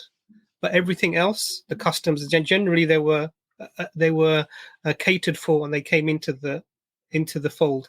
And so in that context where you have a different culture now coming in, the rulings would adjust according to that. If they had a different way of dressing, but that was still within the Sharia, for example, does that make sense? So so the fiqh is, there's two things. So there's the Sharia, and the Sharia is unchanging and set. And then there's fiqh, and fiqh is really the using this constitution, which is the Sharia, to apply to real world examples, and then you give based upon the situation, you would give a ruling based upon the framework that you're applying, and the way of applying it is you have the criteria, and the criteria are subtly different between the different madhahib. I hope it's complicated. I tried not to make it that way, but. Does it give you an idea that this was not people sitting together and disagreeing, but this is people coming in different regions, doing their best to apply the deen in the way they can, and 99% was over. So there's another book called The Differences Between the Imams. So I'd recommend that as well. Another small book, and if you read that, you realize actually there's hardly any difference between the different schools. But long answer, brother, but I just wanted to give you that background. So the evolution of fiqh by Imam Bilal Phillips, Sheikh Bilal Phillips, and the differences between the imams. And I think that will give you a really good overall overview and allow you to sort of understand actually this is why we say they're all the sunnah. None of them are different, really. There's not one is higher than the other. We accept them all equal. They all fall within Sunni Islam. Thank you, brother. Yeah, I never confused the schools with sects. It was just a problem of I started to realize that they were very important, and I didn't know if I should align to a particular one, or are they all important? Yes. Is it only meaningful if they have a consensus or not? Like what?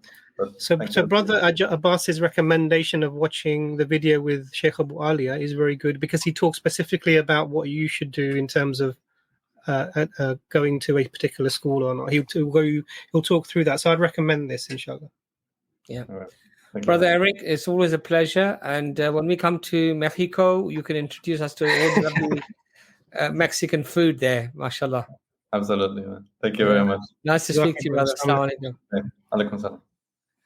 Okay, we're going to Nazim, did you want to say anything? You just sort of okay. No. No problem. Guys, if you want to get on, please, we've got AA and Suleiman and Javokhir, but if you don't have your cameras on, I'm going to get Omar on next. Omar, can you just give me a quick Suleiman, can you just give me a quick wave? Okay, we're going to get you on next because you were first, but you can turn the camera off if you like, and we'll get you on now, inshallah. Suleiman, welcome to the stream. Assalamu alaikum. Walaikum salam, brother. Give me 1 second, I need to pull over. I'm just driving. Not a problem. Yeah, it's a car park. Where are you driving at the moment, brother? I'm just driving. Straight pleasure and heading work. Okay, what country are you in? Here we go. You guys can see me? Yeah, from Australia. Australia. Okay, nice to meet you, brother. Lovely meeting you guys, brothers. Mashallah, jazakumullah khair for all you guys do. very, very happy that I met you guys. And it's virtual, but it was beautiful, subhanAllah. I learned a lot about Islam and Christianity through you guys. So jazakumullahu khair. I got a quick question. I was finished watching the Bible historicity stream, and in that stream, you guys mentioned you guys gotta start a Quran historicity stream. So I looked for that everywhere, but I couldn't find it. So I was just wondering if you guys started that already. We haven't. We're just currently going through the Old Testament prophecies, and we will start the Quran stream. It's just primarily it's Brother Ijaz's health, which is perhaps causing some delay. But so I do pray and ask the brothers and sisters to pray for him as well. Allah gives him good health. But that's the only really reason why it's been delayed a little bit. But we will definitely be, inshallah, going into that as well. Hopefully very soon, inshallah. Inshallah. Amazing. Yeah, that's the only question I had. All right, brother. Jazakallah khair for coming on. No, sorry for keeping you waiting for such a long time. That's all right. All right. Alhamdulillah. Well, I'll be 2 minutes, inshallah. Yeah. Okay. I was just gonna go, but okay, you're gonna go, inshallah, and then I'll go as soon as you come back, inshallah, because we're gonna read Maghrib. I don't know if you have Nazam, but yeah. So we have to read. Okay, brother Omar, we're gonna get you on next. Inshallah, just give me a quick wave, brother. Lovely. We're gonna get you on now. Brother Omar, welcome to the stream. Assalamu alaikum, brothers. How are you? Wa alaikum salam, brother. Nice. Thank you. How are you? Yeah, good. Thank you. Alhamdulillah. So, Brother Omar, what's your dawah-related question? So I used to be quite a big voice in online dawah, not on YouTube. I used to have Facebook because 4 years ago I got into like Salafism, so I started taking like religion more seriously and dawah more seriously. And I gave dawah to quite a lot of people, like colleagues and friends and things like that. So I had things like where people were kind of like unfriending me and things like that. But that doesn't bother me because that's what the prophets went through, peace be upon them. But what made me kind of not doubt Islam, because I know you do another stream called Doubt Busters. I don't doubt Islam, alhamdulillah. But what made me question, not dawah, because I still give dawah, but what made me question online dawah was this this hadith where the Prophet said anything innovated is rejected. And I was thinking, like, with giving dawah online, like there's like quite like a lot of new arguments that weren't around at the time of the Prophet, peace be upon him. And then I was thinking to myself, would the Prophet, peace be upon him, have a Facebook profile? And when I thought about that, I deleted like my whole social media because, I don't know, I felt like it wouldn't be accepted. But I was just wondering, because you guys give dawah online, like why you believe it will be accepted, inshallah, and it's not like an innovation. So it's very important to establish what innovation in religion means. So, for example, the Prophet never traveled on an aeroplane, but that doesn't mean that I can't take a flight because the Prophet never did it. The Prophet never drove a car. Do you see my point? So it's not about doing things differently that makes it an innovation, but an innovation is something that you bring into the religion as religion when it was never there. So, for example, you start saying something like, well, you don't prostrate just twice in each rakat, but actually you do it 3 times. This is an innovation now. You've now brought something into the deen in terms of practicing your religion that was never given by Allah and never given by the Prophet sallallahu alaihi wasallam. And this is why in every sermon on a Friday, the Imam will say every innovation, whether big or small, is in the hellfire. Because it's a slippery slope. Once you start adding and taking things out of your religion, on your religious doctrine and practices, it's a very slippery slope, because where you end up in a few generations, the difference between that and what you had may be chalk and cheese. And of course, we see that with other religions. Excuse me. So giving dawah on Facebook would not be regarded as an innovation of religion. And that's the important thing. Now, one thing we've got to be very careful of, Brother Omar, is that, you know, sometimes Shaitan, he's the one sometimes whispering these things, and then we end up deleting all our profiles and everything. And in reality, we were perhaps reaching people that ordinarily we might not be reaching from any other avenue, you see.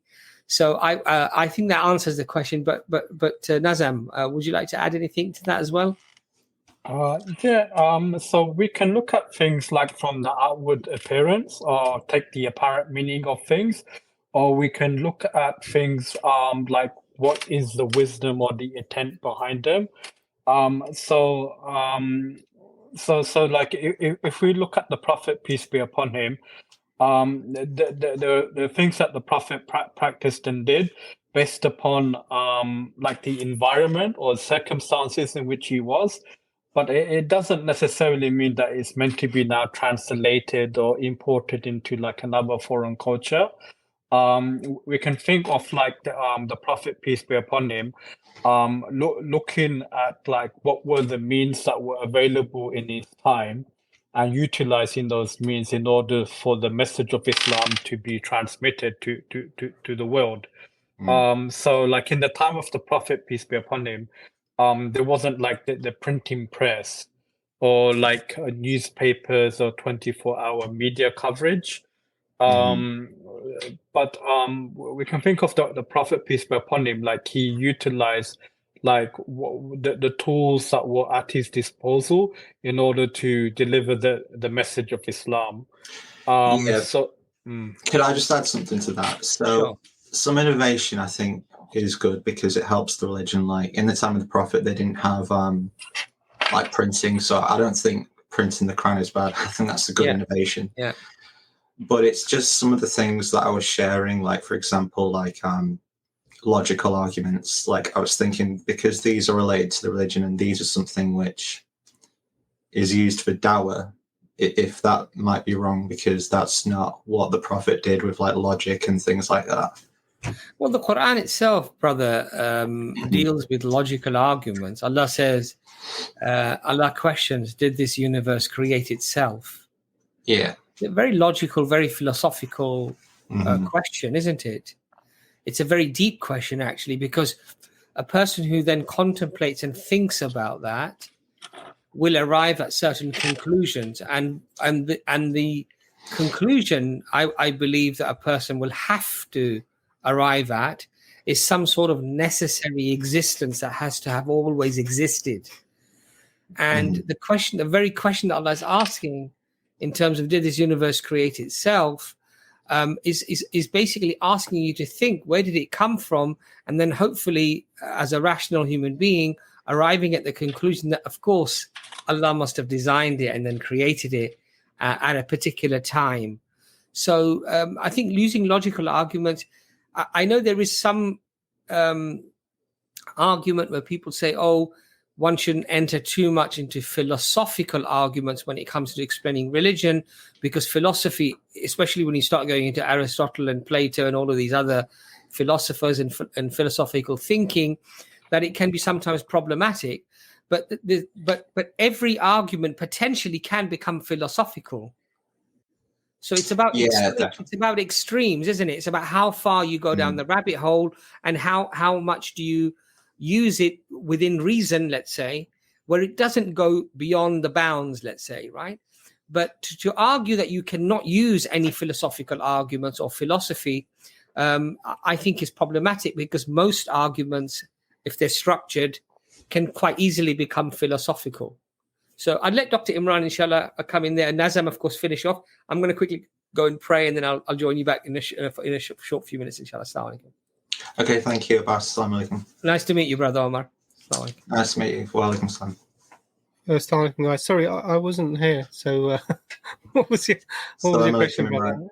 So I was just saying that I used to give dawah a lot online, but I'm just concerned about possible innovations in dawah, such as logical arguments and things like that aren't related to the Quran and Sunnah. So what do you? Just be specific. What do you mean? Because So, for example, like there's this argument where nothing can begin to exist without a cause.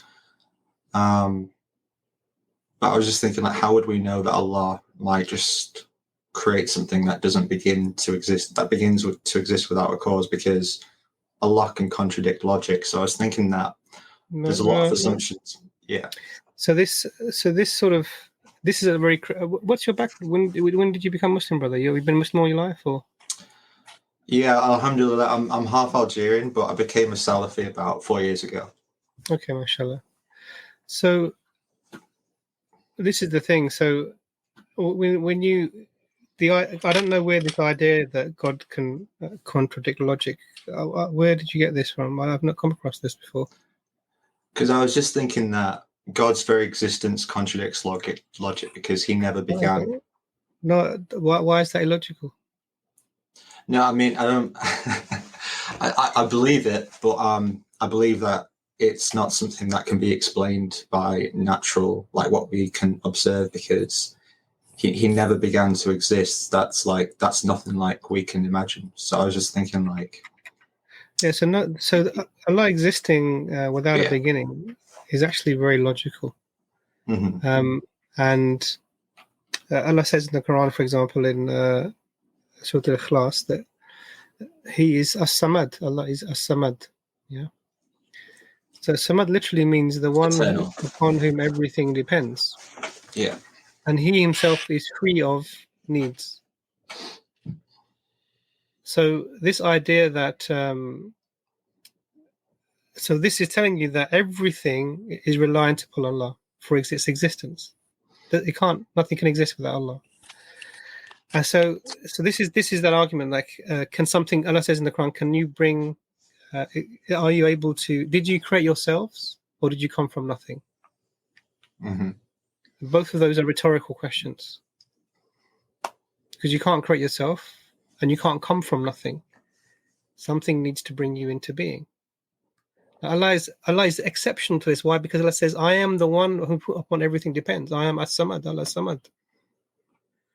Now, so this is the Quranic verses are putting this to you. Now, can you come to this from a rational perspective? You can. You can use your ration to come to this, and that ration is that you've heard these arguments before. That there has to be an ultimate.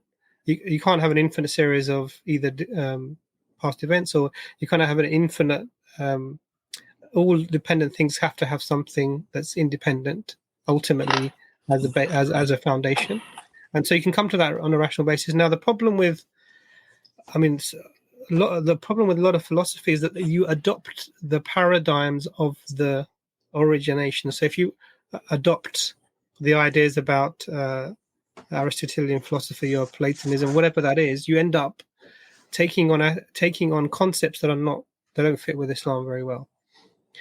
But that's different from using your logic. You're allowed to use. What's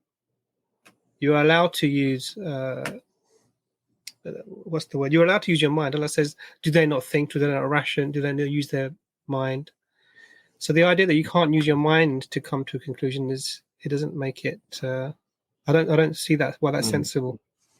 Because I think, like, for example, like when I see people debunking Christianity, like I think all the best arguments are in the Quran and Sunnah, and then I think if you 100%. go outside that, you can end up making assumptions about things which may or not be true. If you get what I mean, like even like debunking the Bible, like we don't know which part of it is true and not. So when you're dealing with someone who has no basis in any faith. Mm-hmm. Who doesn't accept the Quran, who doesn't accept the Hadith, who doesn't accept the Bible, who doesn't accept any religious text, how are you going to talk to them? I think the best is just share the Quran, and if they don't believe it, like dinakum waliya deen, that's it. Can't force it. But they don't accept. They don't see a reason why they should accept it. Mm-hmm. They don't believe that God exists. So But even if you give them like all the logical arguments, though, they might still not accept it. But I think if you just stick with that might is a different thing. That might is a different thing. But you to give up on somebody because of you hold a principle that I'm not going to talk about anything that I think that has a certain label on it. And what actually is the issue is that there's a subset of things within this label that is not Islamically compatible, but actually the rest is, which is just rational thought and thinking, which is why many scholars have in the past have used what we would call these things. So I think it's not black and white, and it's not as straightforward as you're maybe presenting it. I admire your approach of Quran and Sunnah, because this is the best way, 100%. But there you're going to come across people who don't fit into the black and white theist and non. You have atheists. So what the question then is to maybe speak to somebody who is in the field. Mm-hmm. And because there are people who are in the field of philosophy specifically, who use this in their discussions, and they will talk you to about the nuances of what is not allowed and not. I'm not a philosophy person in myself, although I use some of the basic arguments that the Quran presents because they're effective. And actually, if I come across someone who rejects everything, then I will use natural theological arguments that make sense, if that's okay. Yeah. So that, if that makes sense, yeah. So it's horses for courses. So I avoid it if it's not needed, but if it's needed, then you have to use rationality to sometimes refute people who are using rationality incorrectly. Yeah, because I guess you could say, like in the Quran, like Ibrahim, peace be upon him, he would debate like his father and just use sort of basic rational arguments. So I can kind of understand that as well. But if Allah's saying to you to use your mind, what does he mean? Yeah, it's not black and white, but I just think it's an interesting topic for discussion. So sure, yeah, no problem. But I appreciate your points. Yeah, no problem at all. So what if you want, we're in touch with. So for example, have you heard of the TAP podcast, Thought Adventure podcast? Yeah. Yeah, so the brothers there, they're in the field of sort of using philosophy in discussions with non-Muslims. And there is actually a discussion that Brother Abdurrahman had online with a person who was specifically talking about the topic that you've raised, and they had a quite in-depth discussion and it's actually quite nuanced. There is a specific subset of philosophical concepts that you have to avoid because they come with some baggage, and you can't take that baggage on. But it's not a general sweeping statement that it applies. So there are specifically a group of people who this Ilm al-Kalam was talking about. But but that term is used for other people as well, and you can't put them in the same boat because of the same label. So it's not a black and white thing. So maybe not a definitive answer, but do you understand? I hope you understand the perspective. Yeah, definitely. And I do know you get like a lot of shahadas, so I do know it works. So. I understand. The shahadas isn't a metric to where you would use, because ultimately, everyone who is guided by Allah, and we're just the tools that Allah uses. And our aim is really just to be as sincere as we can, and may Allah accept what we're doing, and benefit us in the hereafter with it, inshallah. I mean. And if in that people are helped to sort of come closer to the Deen, alhamdulillah. In that, I don't think if you were to use a. I know there are people who there was a story. This is a story. I'm not saying it's attributed to anyone, but there was a story of somebody who said to an old lady who was watching a sheikh arriving that this sheikh, he's written a book about 70 proofs for the existence of God, and the lady said, he must have 70 doubts. Because her belief was fitri, it was basic, in that it didn't require any evidence. She knew from her fitrah that Allah exists. So some people come to Islam without anything at all. Yeah. They hear the adhan and they come in and they're Muslims. And there are other people on the other end of the spectrum who, no matter how much you interact with them, the longest person who I came across who spent thinking about Islam before he became Muslim was a gentleman I met who became Muslim when he was 85. And he was introduced to Islam when he was 25, 60 years of this. Alhamdulillah. And I met him, big, long, white beard, 2 sticks, and he decided to become Muslim. So we are only in the way. All we're trying to do is plant the seeds, and Allah is the one that grows them and guides, inshallah. May Allah make that happen. And you're right. We should be concerned about if we're doing this in the right way or not, because ultimately all we want is the reward from Allah. If He is happy with us, if Allah is happy with us, then everything is fine. If He's not, then we it doesn't matter what we're doing, however many shahadas we're getting. God forbid there's a statement that Allah will even use a munafiq to further His deen, and Allah not make us from amongst them. But we can't just assume because someone is getting lots of shahadas that this is, we can't go by external appearances at all. May Allah make us all sincere and pious and accept what we're doing for His sake, inshallah. Amen. And for those who are non-Arab, don't give up, brother Umar. We need people from your background to be talking to people, because a brown guy talking to someone from who's from your background is going to have less traction with that person initially than you, because you share something with them that I don't share with them. Yeah.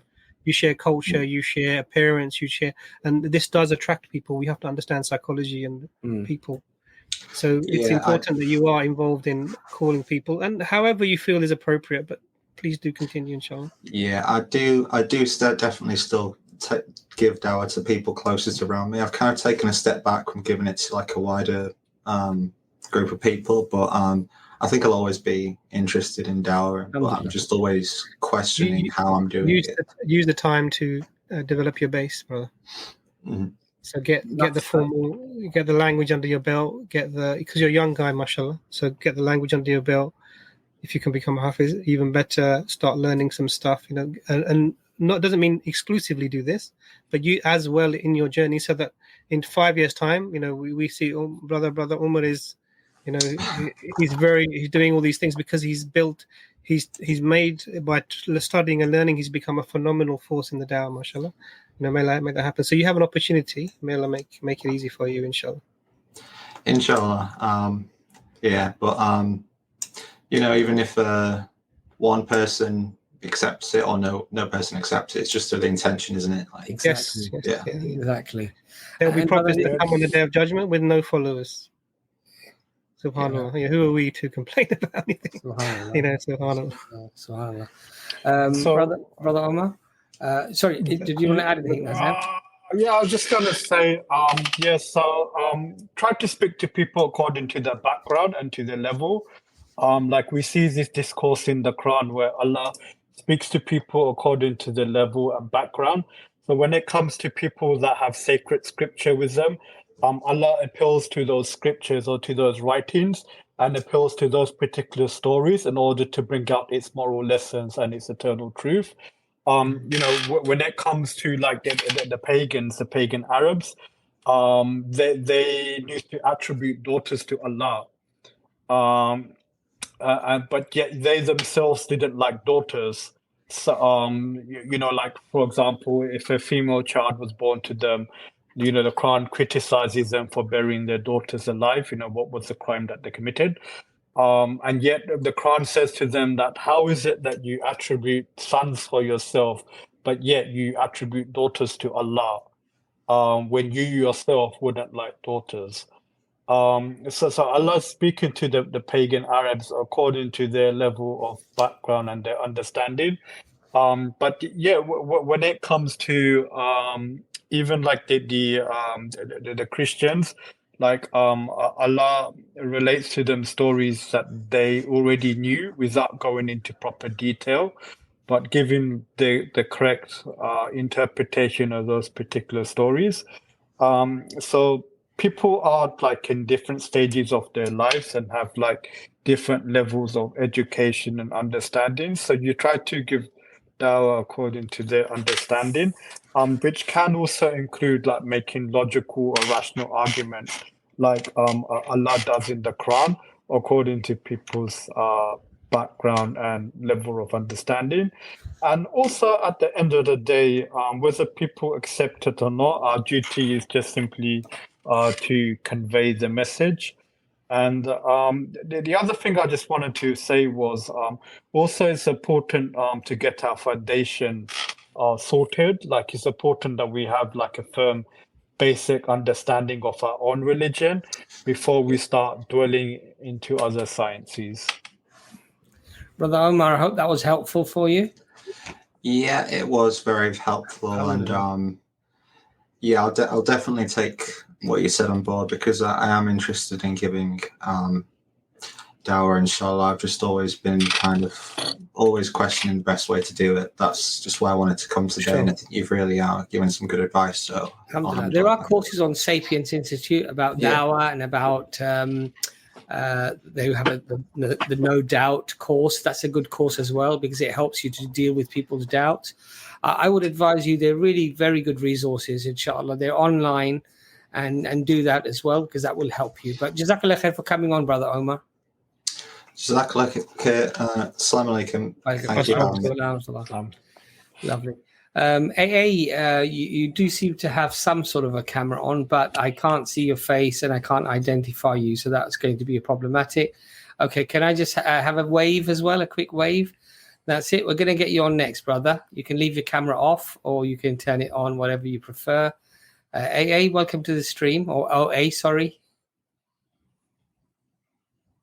Hello, can you hear me? Yes, we can hear you. Okay, good. So, assalamu alaikum. Wa alaikum salam, brother. So just one question, I guess. Since the Quran's main miracle is in Arabic, and then it asks people to reproduce a chapter like it, how's that going to be relevant to the rest of the world since they can't really, tackle that challenge? Okay, brother. That's a good question. Dr. Imran, why don't you address that, inshallah? I don't understand why you couldn't apply the criteria to any language. Do you know what the criteria are, though?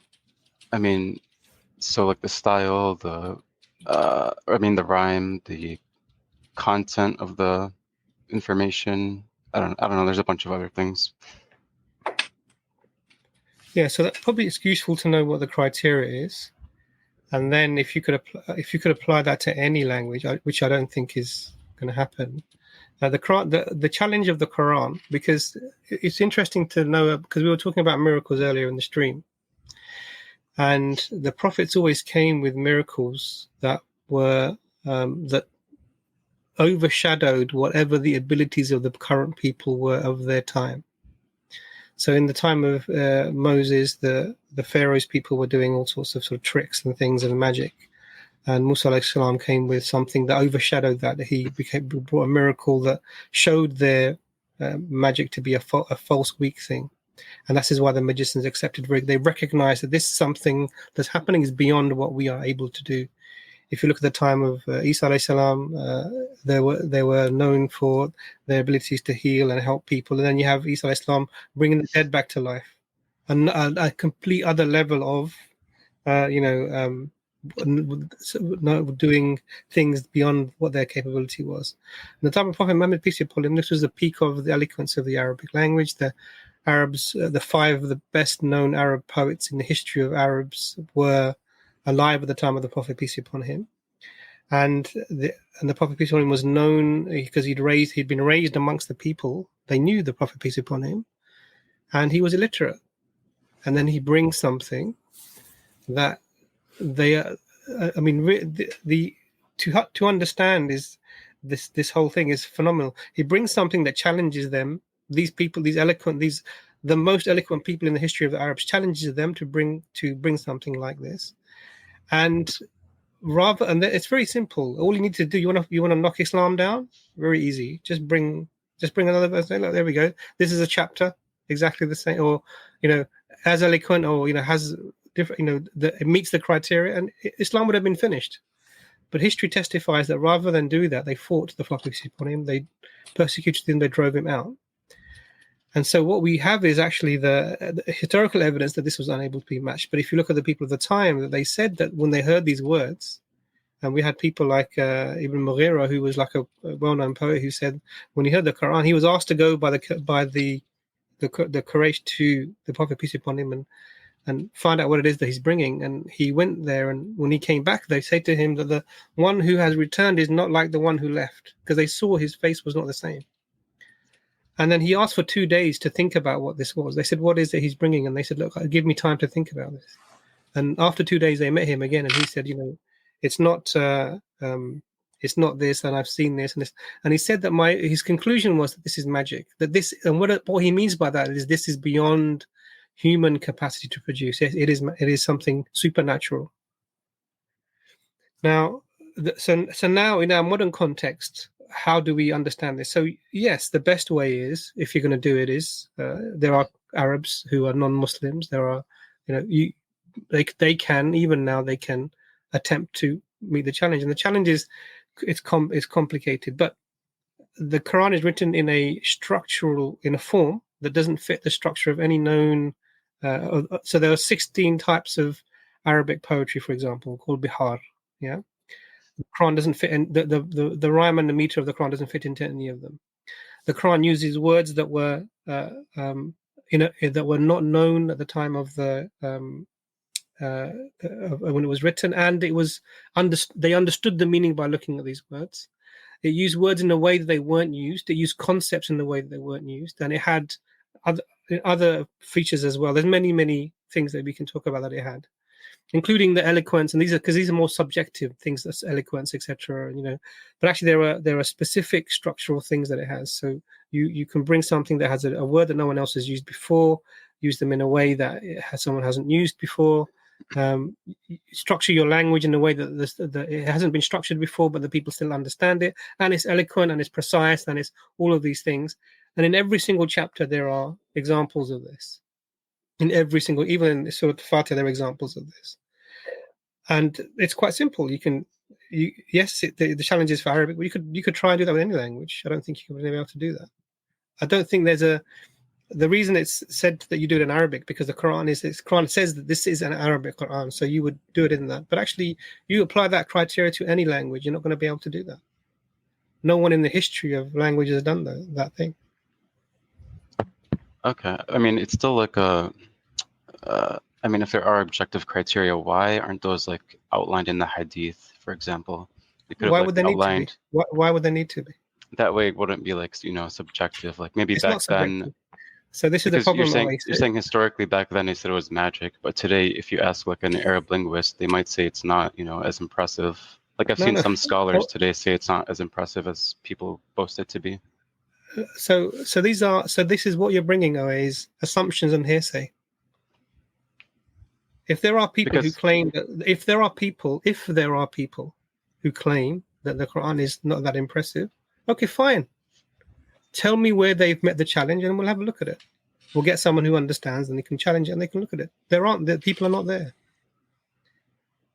These people are not there. I'm telling you directly, the people are not there, because they would have done it. Because it would destroy Islam. Overnight, you would destroy Islam because this is the challenge of the Quran itself. And you're saying, and without knowing the criteria, you're saying to me that the criteria are subjective, and I've told you that it's not a subjective thing. Well, because then who's making the criteria? Sorry. So and then the other thing is, you want to be spoon-fed. Tell me, write down for me a list of the criteria. If you can read, if you have someone who has access to the Quran in the language and they understand it, they will be able to tell you this criteria by looking at it, because it's objective. And there are scholars who have analysed over the millennia that the Quran has, and more that the Quran has been around, and they can tell you that these are the features that you find within that.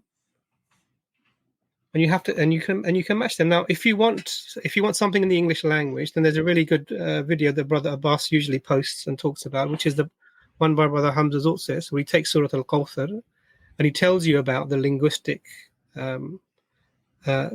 nature of that particular surah. 3 verses, very short, and it will just tell you about the nature of that. Just try to do that with any chapter, any language even, and I don't think you'll be able to do it. So it's not subjective. It's for Arabic because the Quran is in Arabic, but actually you could try it in any language. I don't think you'll be able to do that. And to this day, there is no one that has done it, because if there was, you wouldn't be asking the question, you'd be showing me.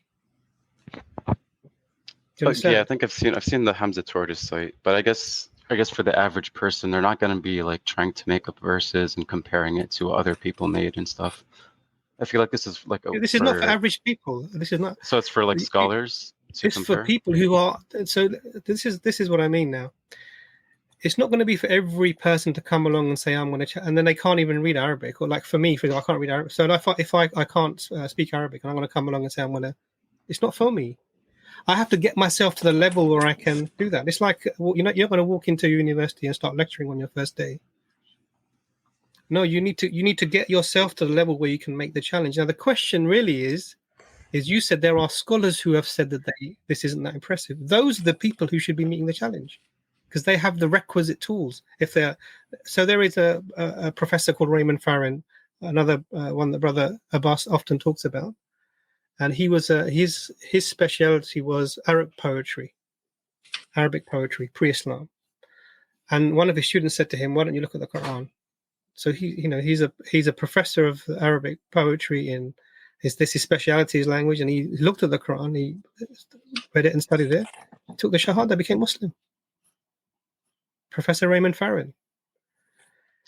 If there was someone who had the ability to say, actually, you know what, this is not that impressive, yeah, I've seen this before, these features are found in this old Arabic poem or this pre-Islamic Arabic poem, he would have been able to produce that, but he didn't do this. So I think that it's very clear, and there is lots of resources. If you want resources to tell you specifically about the preciseness of the challenge and what exactly is involved, no problem at all. There's a great video of Brother Mansour. Have you seen the Brother Mansour, where he was he went to ChatGPT and he gave the criteria required to ChatGPT and to see if they could produce it in Arabic. And that's an interesting video. Have you seen that video, Owe? I've heard of it, but I'm not sure if ChatGPT is currently like up to that level of technology just yet. Maybe in the future, I think it would be more. So that's great. If it takes a super AI to try and bring something like the Quran, that's a good sign, right? Yeah, it would be interesting to test. So that would be an evidence for us rather than against us. So current ChatGPT, which can do. It can't produce the Quran. So what I'm saying to you is that's another video. The reason for mentioning that video is there's another video where you can specifically look at the criteria, because he actually speaking as he's typing the criteria out, and you can use it. So new words, new forms of words, novel grammatical structures that haven't been used before, and it fails. It fails miserably. And this is the problem, that people assume that this is a subjective thing, but it's not. So wait, you mentioned Raymond Farron. Should I read one of his books then? Yeah, about the structure. So he's written a book. I have it on my shelf somewhere, but I'll look it up now. Called probably Abbas is going to grab it now. And it's about the structure of the Quran. So it's called the Structure and Quranic Interpretation. And this is basically a study of the symmetry and the coherence in Islam's holy text. Islam. So there we go. Brother Abbas is holding it up. Yeah. It's not a huge book. Actually, it's quite a reasonable book. You have a look at it. Very fascinating. He talks about, because there are some things about the Quran that I would dare say that even at the time the people would not have known, that are surfacing now, the people would have known. Like the ring structure, for example. This is something that's coming out. The people, when they're analyzing, they're seeing these structures that were not before. The fine balance of words, using words in a specific proportion, like men and women, or sea and land, or so the sea and land is used in the same proportion as the actual sea and land on the earth.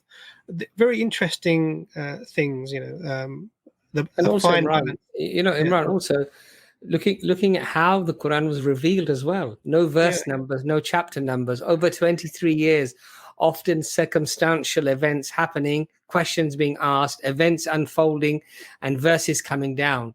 And no chapters revealed in order. The chapters are not revealed in order, and the verses within those chapters are not revealed in order, and multiple chapters are being revealed simultaneously. Yeah.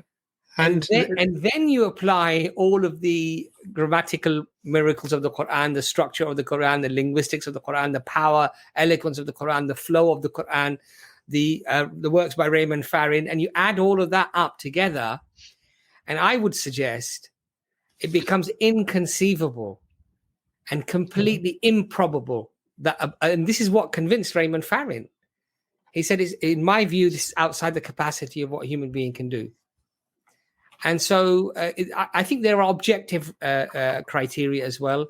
Some may well be subjective about the beauty of hearing the Quran and being overwhelmed with emotion, which a lot of non-Muslims go through as well, and that can perhaps be subjective. But there are a lot of objective issues there as well, claims, but it does require us to just spend a little bit of time researching these things, and I think we'll be convinced of those as well, inshallah. I hope that was useful, brother. Yeah, that gave me a good lead to look into. Thanks. So if you want us to send you information so you have all of the criteria, then just email us and we'll find you the list of specifically, because then when you're having these discussions with anyone, you'll be able to say, actually, you know what, because obviously I don't know them off the top of my head, but you'll be able to list them off and say, these are the things, and this is why it's something that is considered to be unmatched and inimitable. And then you'll be able to have the discussion. I've just found. So here's 10 criteria. Take 10 words in any language, formulated into 3 lines or verses. Add any preposition or linguistic particle you see fit.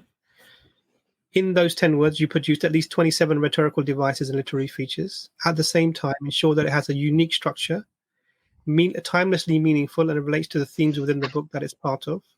The size of which is over 70,000 words. Make sure 4 of its words. Of those 10 words, make 4 of its words are unique and never used again in the book. Ensure that each line or verse ends in a rhyme created by the words in the most optimal meanings.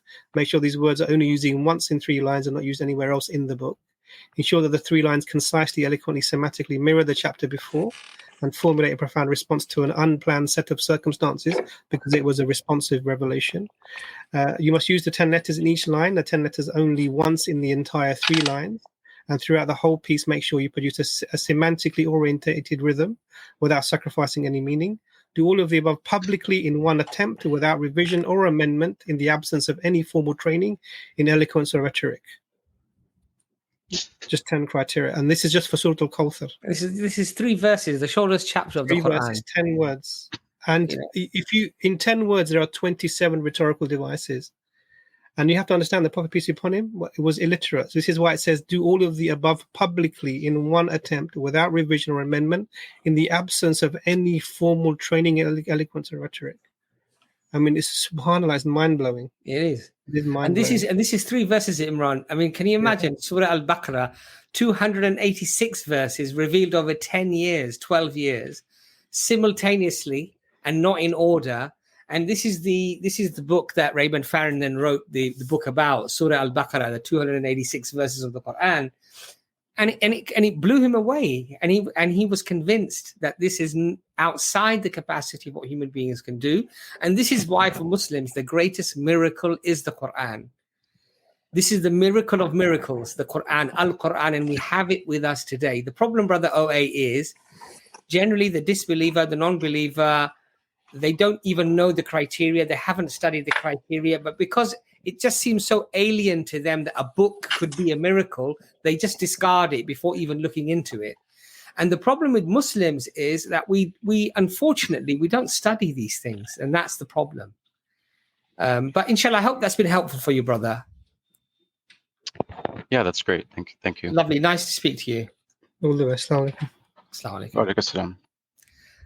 Okay, and Brother Nazem, do you want to add anything, to that at all? Or I can't really think of anything. I was just thinking that like historically you've had people producing chapters in order to meet this challenge of the Quran.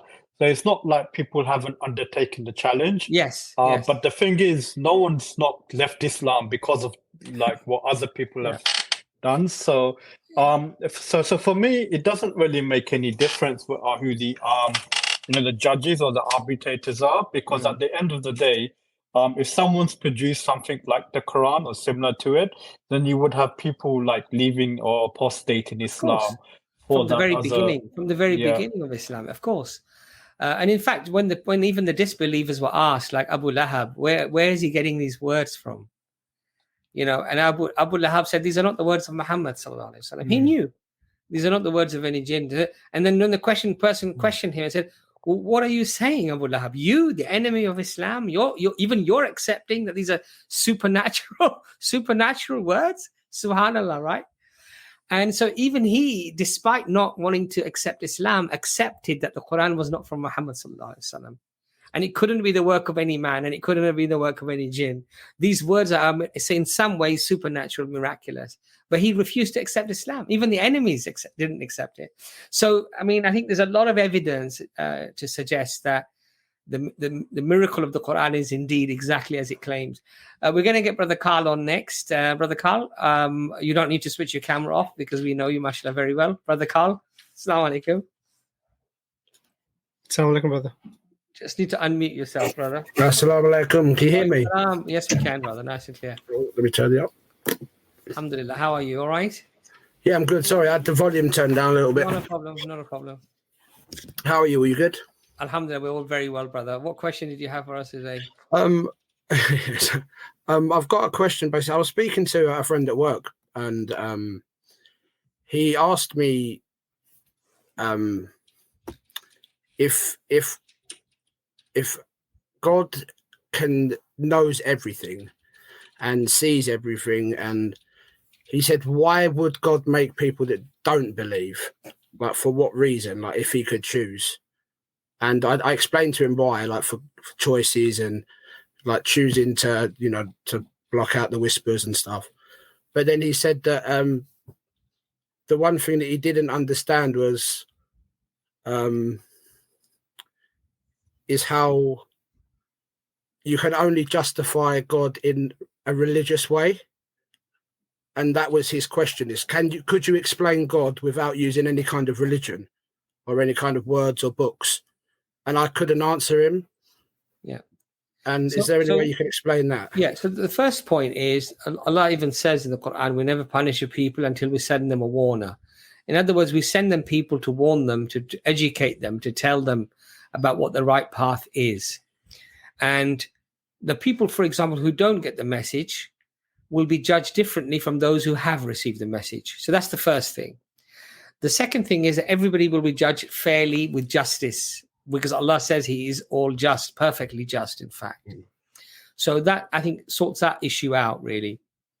Now, in terms of, sorry, what was the second part of your question? Was he wanted to basically for me to explain or give evidence of God being like around and present without using a religion. Okay, I think there are good arguments. Those are perhaps philosophical arguments, deductive arguments. I'll let Imran, inshallah, make those arguments. But those arguments do exist as well without using necessarily religion per se. Dr. Imran. So it's interesting, isn't it? So I assume he's an atheist, is that right? No, the thing is he he would be, his parents are Muslim. Well, his mum is a devout Muslim. His dad is a somewhat, give and take, English kind of style. And he is on the fence. Like, he knows he can kind of believes in God because of like his parents, I would suppose, but he's not an outright atheist. But he was just asking, and it kind of baffled me. That's why I asked you that. So many people have throughout history have come to the conclusion that there must be something that is responsible for, or that everything else depends upon, something that brings about existence as we have it. Has to be, because otherwise everything else leads to illogical absurdities. And whether that's whoever that may be, whether it's the prime mover, whether it's sort of the uncreated creator, whether it's the necessary being, however you want to phrase these approaches, these are all really ways of coming to without referring to religion. So the Kalam argument is not religious; it's not referring to religion. The argument from dependency is not referring to religion. The argument for the prime mover is not referring to religion. None of them do. Okay. And the only way to be able to explain why there is something now is that there has to be something that started it all. There's no other way. You can't ever have a time when there was nothing, because from nothing comes. It says in the Quran, what, did you create yourselves or did you come from nothing? So there always has to be something, but you can't have like a completely infinite series of things happening in the past, or just things that depend on each other ad infinitum. You can't have that. You've got to have a foundational thing, something that starts it off, because we're here now talking.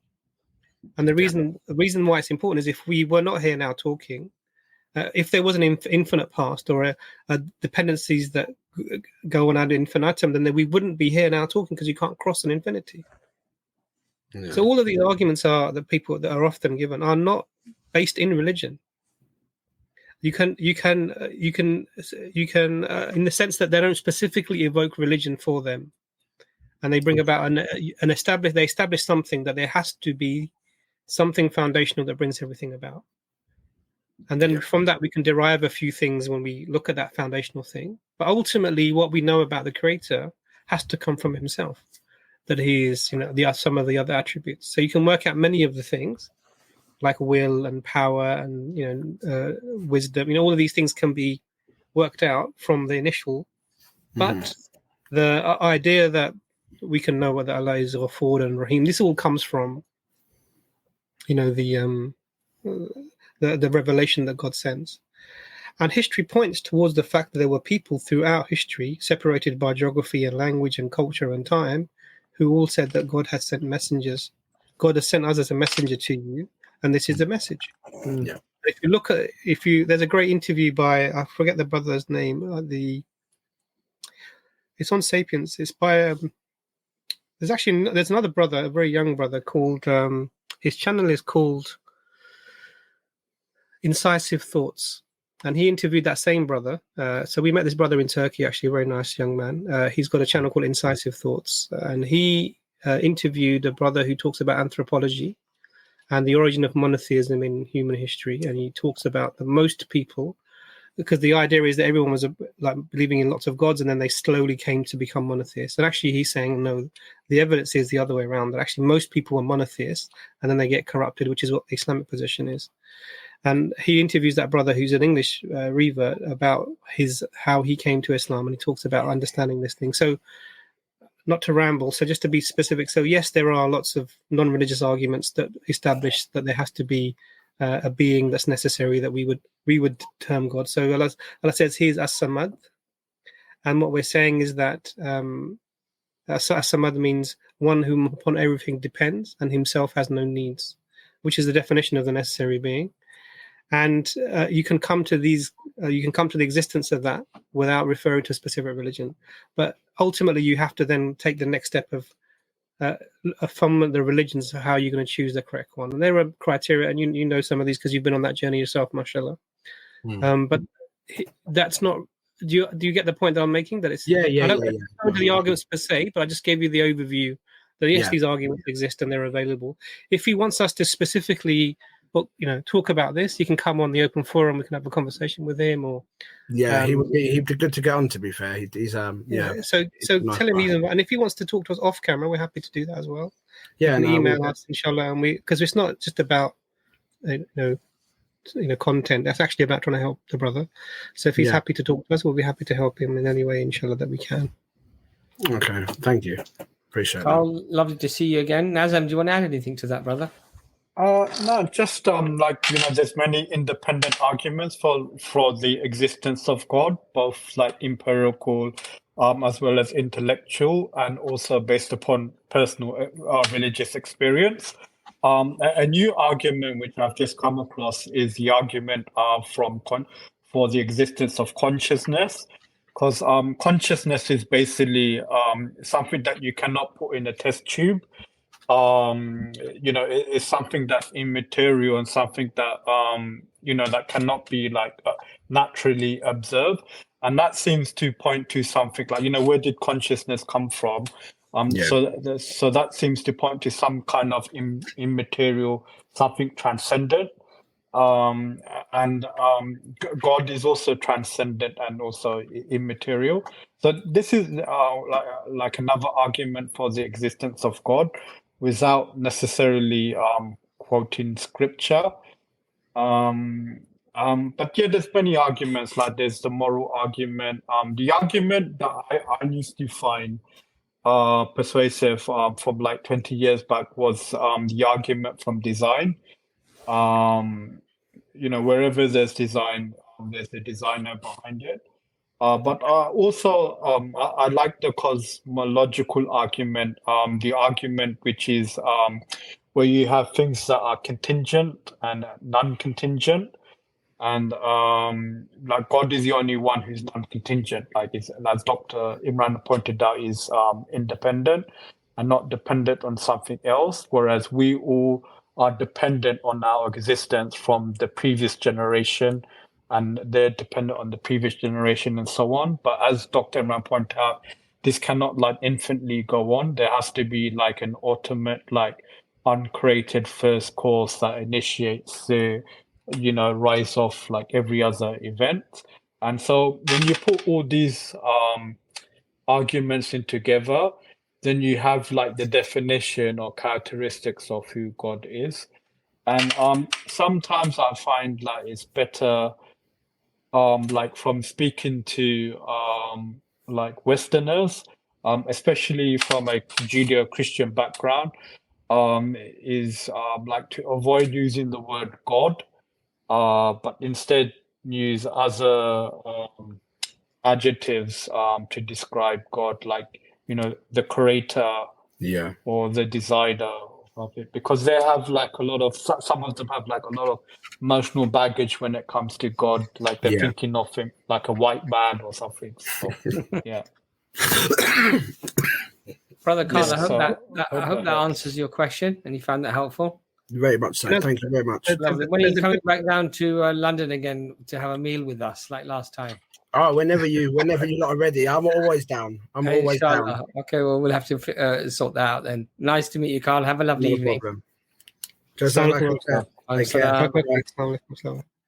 All right, mashallah, it was lovely to see Carl. Brother Javakir, we're going to get you on next. I know that you don't have a camera, but we verified you. Brother Javakir, welcome to the stream. Assalamu alaikum, brothers. Wa alaikum salam wa rahmatullah. Jazakallah khair for all your efforts to teach, like all of us, when we have questions. So I actually live in Bukhara, as you guys all know, the homeland of Imam al-Bukhari. But unfortunately, we've been like invaded by Russia about like 100 years ago. And unfortunately, almost 90% of people, I can say 95%, like they don't know Islam. Some girls even wearing hijab, when you ask them what is like shahada, they don't know. Like they're wearing hijab and they don't know nothing about Islam, unfortunately.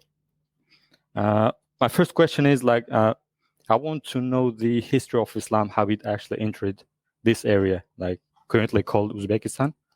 So is there any link or a book that you guys recommend? Because I need to know, like, because some people say that it entered like by force.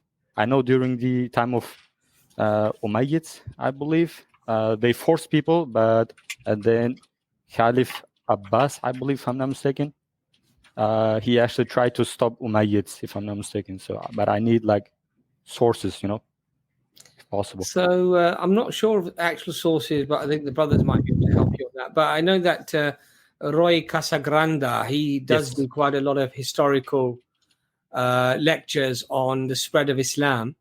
There's also Karen Armstrong. I know that she does go through a lot of his history when it comes to the spreading of Islam and Christianity. I don't know if Karen Armstrong discusses specifically your region, but I don't know, Brother Imran and Nazam, do you guys know of any resources where the historical spreading of Islam within those parts of the world? Mm-hmm. Yeah, so there's a book that was recommended to me. It's by Thomas Arnold. It's called The Spread of Islam in the World. It's also known by another title called The Preaching of Islam. Thomas Arnold, The Spread of Islam. But in terms of how Islam arrived specifically to Uzbek, this I do not know. But yeah, we have like very important, like, teachers, Muslim scholars from that part of the Islamic world. And what's interesting is that, many like major Islamic scholars are like not from the Arabian Hijaz, but are like non-Arabs, like outside of the Arabian Peninsula. And I particularly like Uzbekistan because, like, one of my teachers, my past teachers, is from that area, and also because of its link to the Hanafi school as well. So Yeah, exactly. yeah. And I watch programs occasionally of Uzbekistan and some of these countries where you eat your dumba. And, Yeah, and it's the mutton, dumba I'm not speaking is English. cooked with the rice and everything. So I'm very much interested in coming and discovering that part of the culture. And also there's in a big oven you make these pastries with the meat inside. Yes, it's called mantu. if I'm not mistaken. Mantur. Yeah. And that to me looks really, really tasty. And now Dr. Imran knows he's smiling because he knows just how addicted I am to food. So when I see those things like Uzbekistan, and mashallah, you have a lot of old mosques there with beautiful mosaic and everything. So it's definitely one of the places in the world that I would certainly like to visit, not by force, inshallah, but just to see the culture, try the culture, and above all, I think the food as well. Dr. Imran, I see you reaching for something. I'm presuming plus, that.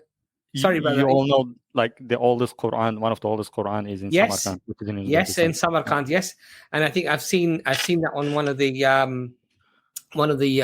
documentaries or programs that I think one of the sheikhs was doing, and he was actually allowed to go into the museum, and he literally was showing the Quran. It was unbelievable. It was beautiful, mashallah.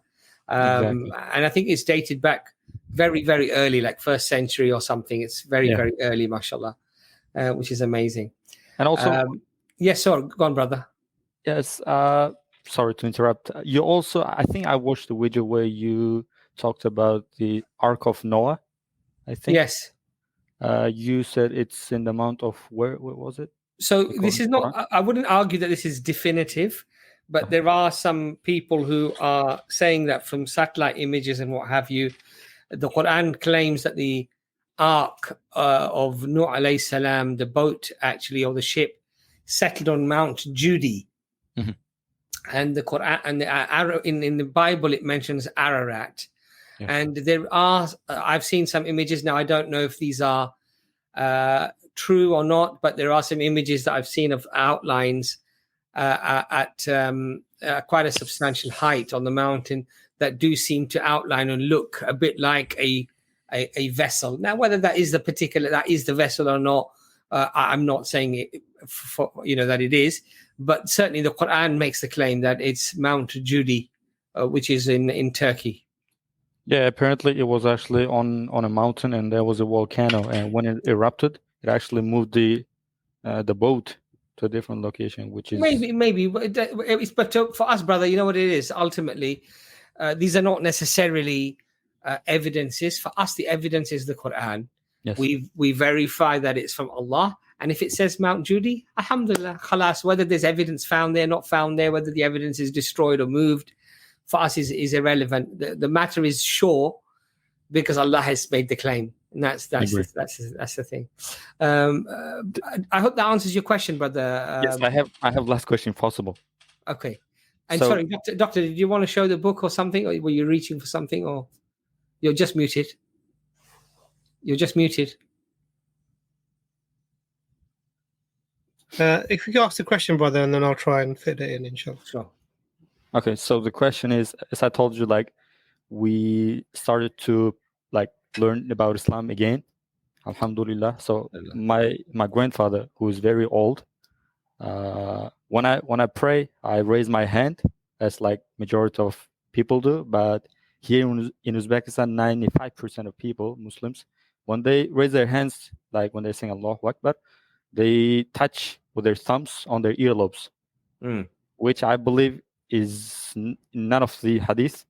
But my grandfather tries to argue, no, we should follow Imam Azam, this and that. I try to explain, but I don't want to make him angry or feel upset, trying to act smart because he's very old. What is the suggestion? How can I explain to him? What did you want to explain to him, brother? What you're doing is actually wrong, but according to hadith, you should not actually touch your earlobes when you're saying Allahu Akbar. So I understand what you're. Sometimes it's when it comes to, because when you're talking to a stranger, it's easier to sometimes mention things than it is when you're talking to a member of your family, particularly when they're much older than you, and in a culture where the elders have a certain status about them. So maybe it's not you that needs to explain. Maybe it's to find someone who in your local area has the level of status in terms of maybe age or learning or something that your grandfather would respect, and maybe have that conversation instead of you. It's much harder, because usually what happens is like, I was changing your nappies. Why am I going to listen to you about this thing? I've been doing this before you were born. And it's sort of, it's these, you don't want to affect the relationship in a negative way. You can say that, this is what I'm learning. What do you think? Because what that type of approach is that you're coming from a perspective of you're seeking their counsel, and that can be taken in a better way. So often I've done this with elders. I was saying, you know what? I'm learning something. Can I ask you a question about it? And what they take that as is actually you're seeking my advice, and then you show them something. This Imam says, or this book says, or this hadith says, this verse says, and then they read it, and then you let them this process sink in, and that's one way of approaching. But it's very hard to directly go, and I've done that mistake many times where I've tried to speak to someone who's older, and actually it hasn't gone well. And I realized from this experience, actually, I need to change the way. And if you look at Brother Hamza Zort says, he talks about how he tried to give his family dawah. One of the things he said was that he knew that a direct conversation would always end up in argumentation. So what he did was he got a small pamphlet about Islam, and he left it on a chair, and he went out. He goes, when I came back, and he goes, I saw that the pamphlet was moved, and it was, and then he saw sometimes that someone was reading, and what he realized was that the indirect approach can be better. So ask maybe an elder or someone else who has the knowledge and is able to, or ask in a questioning way so they can help you, inshallah. Like, can you help me understand this? Because this is what I do, but I'm getting this from this book. What do you think? And maybe they will, come to it in that way, inshallah. But it's not easy. I was just going to add, brother, this is like a matter of fiqh, Islamic jurisprudence. And it does look like there's like a difference of opinion on this matter with regards to like raising the hands up to the earlobes, because there's also evidence like, so it seems like in the Hanafi school, like it's regarded as sunnah, so to raise your hands up to earlobes level. And they have a hadith as well, like from Sahih Muslim, hadith number 391, in which is related that the Prophet used to lift his hands until they were in line with his earlobes. So it does seem like different schools of thought have their own evidence with regard to the prayer. I think he was actually talking about physically touching. Yeah, touching the earlobes. Like touching the earlobes. Touch it. Which I think generally the consensus is that the hands are raised. Yeah. But the earlobes are not touched. But I think, mashallah, it's good advice in Nazam as well. And I think Dr. Imran, mashallah, did sum it up as well, that especially with people who are very close to you, you have to really think very carefully how to approach the situation. It's not the same as when you approach a stranger. But may Allah make things easy for you. Nazam, sorry, did you want to add anything else? No, I was just going to say, the main thing is your grandparent, he's praying his salah. That's the main thing, like he has sincerity, like, he's trying his best to obey Allah's commandment. So, may Allah accept it from him. Inshallah. Forgive our shortcomings. Yes. Brother, why don't we come to Uzbekistan? We are going to, inshallah, come and see you. Before you take all the food, Abbas, I just wanted to say, just if you just typed in the history of Islam, you'll get some, because the thing about history is, if you read it from a non-Muslim source, you're going to get a lot of this, I would say, incorrect information, particularly like people forcing people to become Muslims, and which is sort of anti. So I'm not saying that no one's ever done this, but I'm saying this is not Islam in the sense that we don't. This is not how we conduct ourselves, even if it's a situation where there's war. But there's a 3-volume book by Najib Badi. This is by Dar es Salaam called The History of Islam. And then there's a brother here. I've just got one of his books, but actually I couldn't find the other ones that I have. He does a short history of Islam, and he's S.E. al-Jazairi. And if you just type in the history of Islam, you'll get his ones as well coming up in Amazon. And this is a book about the Crusades. But this is actually a historian who studied in the West, and he left the studying because what he realized was in the West the narrative is anti-Islamic.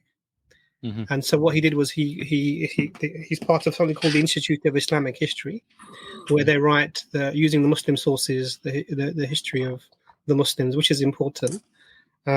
So there are lots of resources available to you, but these are two authors. So this brother I've mentioned. But if you searched the history of Islam, you'll get both of these authors coming up in Amazon, inshallah. I'll try and post a link, and you can have a look at that as well, inshallah.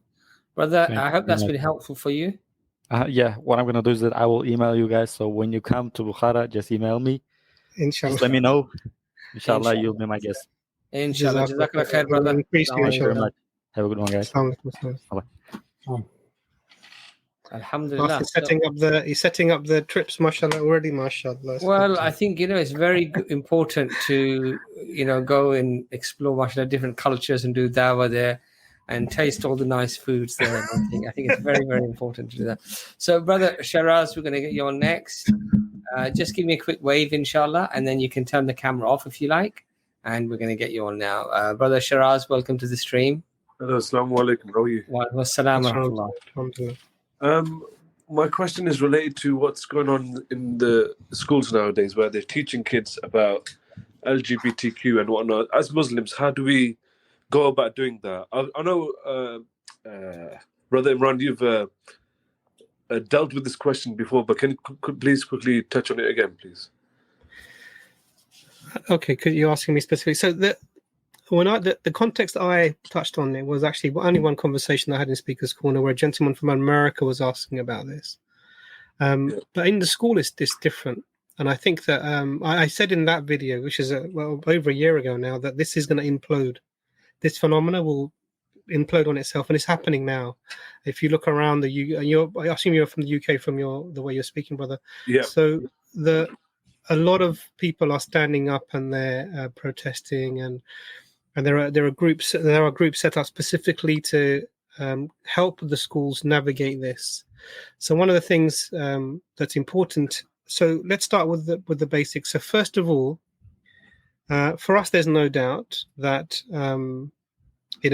we have the concept of a man and a woman, husband and wife. These are very clear. The man is not like the woman is not like the man. This is specifically mentioned in the Quran. Yep. Yeah. Now, so we have no doubt about this, and what we need to do is we need to, with our children at home, have the conversations. And how do we have the conversation? Because one of the things that these people would claim, who are on the alphabet people will claim, for example, is that you're teaching hate when you don't accept their perspective. But actually, that's not our view. Our view is that all human beings are treated with respect. We wouldn't harm anyone for anything specifically in any way.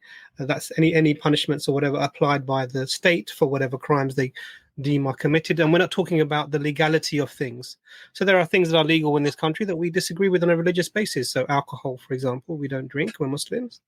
We will teach our children that this is an immoral thing and you should not do this, but it's not a criminal thing because the law allows it. In the same way, what the religion teaches is that, this sort of gender, this idea of gender theory, it's almost postmodern idea that whatever you want to be, you are that thing, and everyone else has to believe it. These sort of concepts are actually alien to our understanding of the human being and what the human being is here for.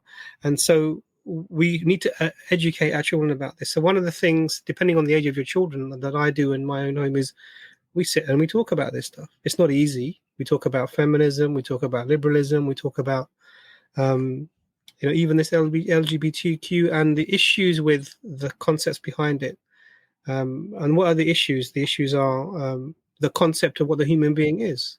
They believe the human being is something that's evolved over however many years, and you have freedom to do with your body whatever you like, as long as you're not harming anybody, everything. This is not our concept. We believe that the human being was a special creation from Allah. Adam alayhi salam was created. He was put on here for a purpose, and the purpose is to worship Allah according to how Allah has guided us, and to be the vice regent for the earth, to look after this earth. And in that entails that this is the body that I'm in is an amana from Allah. So I can't do it wherever I like, and I can't treat it in any way that I like. So we have restrictions on how we treat our body and what we do, and this thing that is called the intimacy between people that are husband and wife is specifically for the husband and wife within marriage.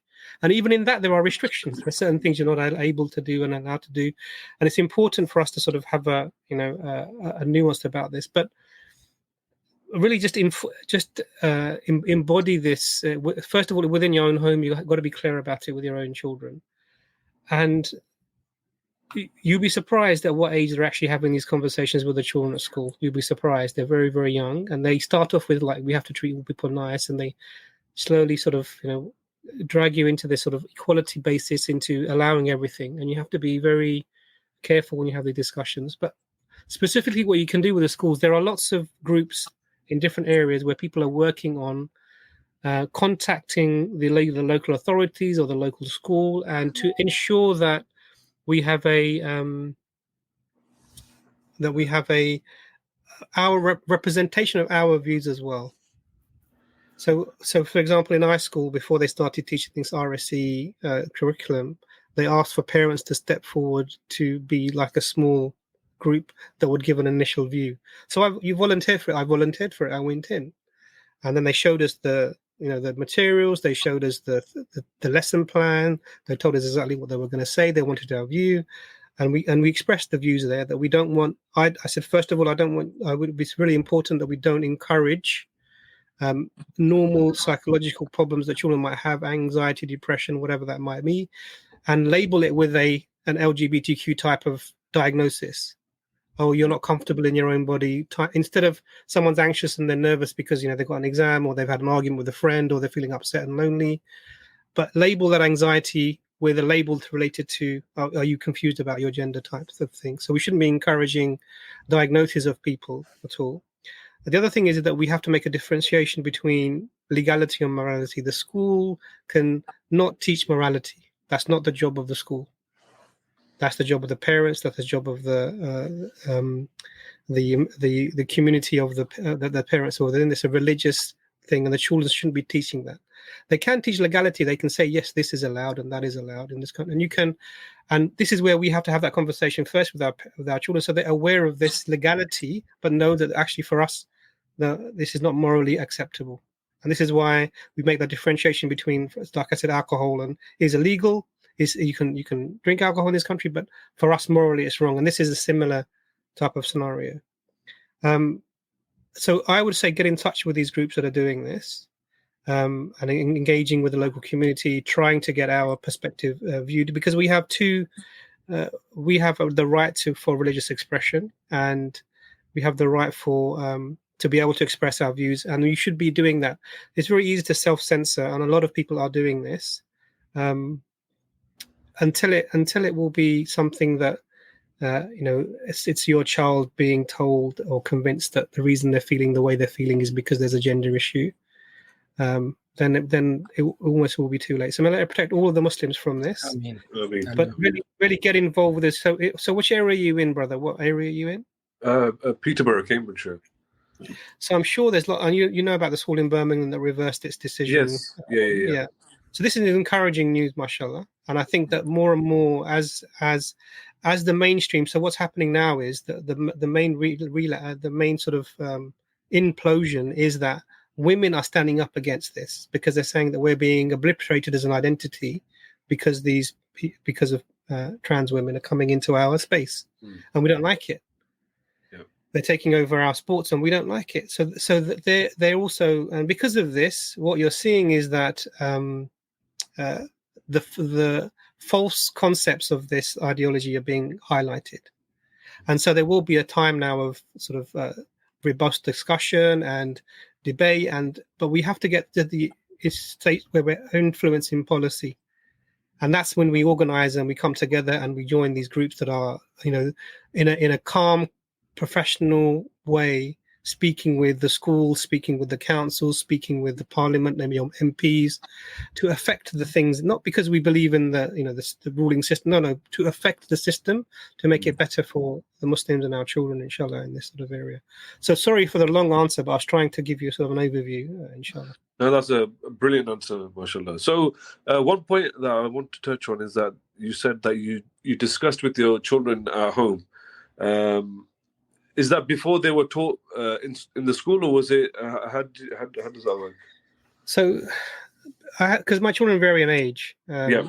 My youngest is primary, but the eldest is sort of out of uni. So there's different sort of age ranges. So initially, when the older ones were in their teenage years, there's a lot of influence of feminism was quite strong, and in our culture, Asian culture especially, what you find is that we don't give the women their proper due rights. And so we had, you get people complaining like, you don't ask him to do this, or, these, which is fair. And so we had to sit down and talk about, and because what happens is if you allow injustices within your home towards a particular, your wives or your daughters or your sisters or your nieces, then what will happen is that they see that there's an injustice here and they don't have an answer for me. So they will look for an answer somewhere else. Yeah. And the answer to injustice against women, that perceived, however it may be, I'm not saying it's real, I'm saying perceived. Yeah. They will find that in the narrative that's available, and the narrative that's available is feminism. And now we have this feminism is virtually that there's no difference between a man and a woman, and it's gone. Now we have this sort of. Actually, there's no such thing as a man. That doesn't exist. There's no distinction because all of this is a construct, a social construct. And we have to sit down and provide our Islamic paradigm. What are men? And it's not easy to have these. So we were talking about these things at that appropriate time. And now for my younger son, because I had gone to the school and I'd spoken to them and we'd seen what they were coming out with. Yeah. We sat down and we spoke about, there are men and there are women, there are boys and there are girls. And we emphasize that this is the case, and they know it. I mean, you don't have to explain a lot to them; they know it. So I was sort of pre-arming them. So if anyone says to you X, Y, Z, know that the answer is that we treat everyone respectfully. We are kind to people who are kind to us, but we don't believe in this particular thing.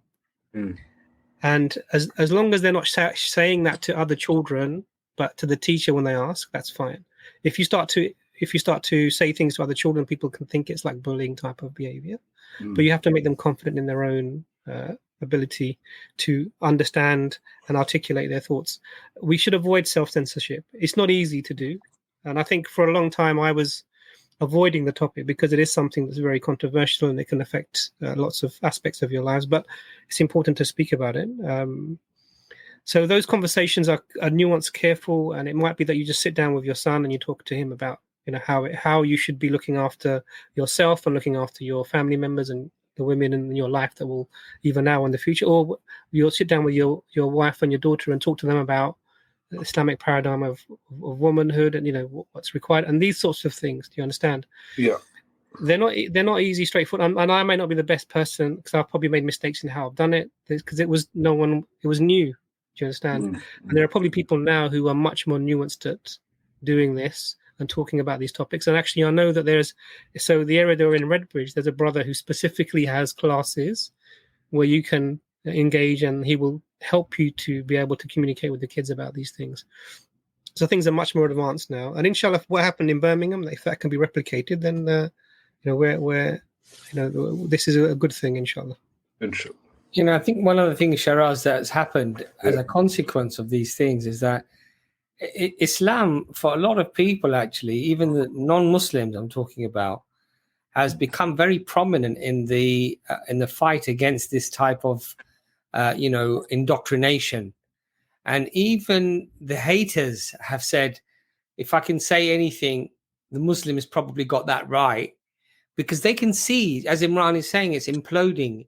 It's become so extreme that, you've got situations where men are now fighting with women in a ring and absolutely knocking the pulp out of them because they're identifying as a woman, and women are now thinking this is ridiculous. This is, and not just women, of course, men as well, that this is just going too far.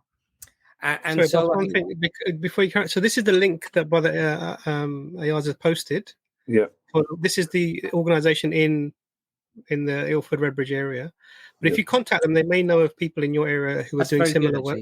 And then you might be able to maybe engage with them, inshallah. But sorry, Abbas. No, it's important that the brother gets the link. And so I think what's come out of this is actually that when we as Muslims stick to our principles, even when people around us are saying, oh, you're backward and you're not progressive and you're not whatever, but we stick to our principles, in that is our honor and our respect, alhamdulillah, that we don't just bend, we don't just, treat the words of Allah lightly. And this is where, if you look at, for example, Christianity and other religions, they've got rainbow flags outside churches and things, astaghfirullah, right?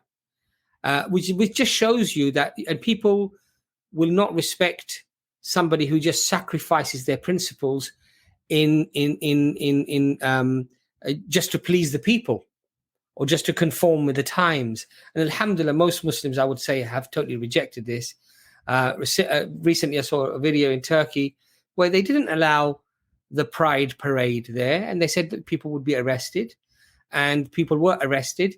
And if you look at the comments, even from right-wing media outlets that were showing this, people being arrested, if you look at the comments internationally, Mexico, Lebanon, Brazil, all over the world, that I respect Turkey for taking a stance. There was a comment on there from somebody from Serbia, and he said that, we've lost the battle here, but I'm glad that at least Turkey are not allowing this type of thing to just completely go unchecked.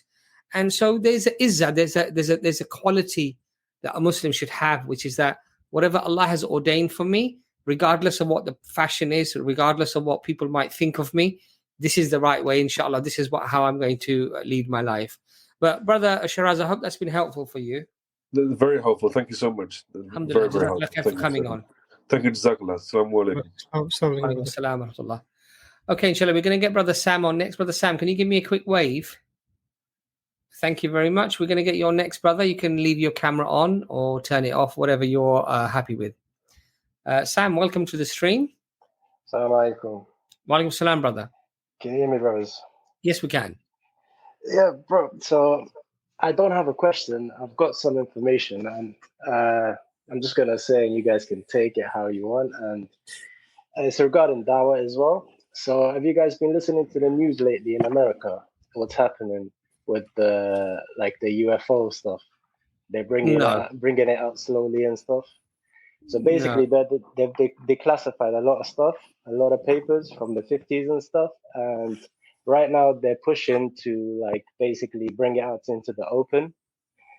And a lot of people that have talked about it, and there's whistleblowers coming out and stuff from the army and stuff.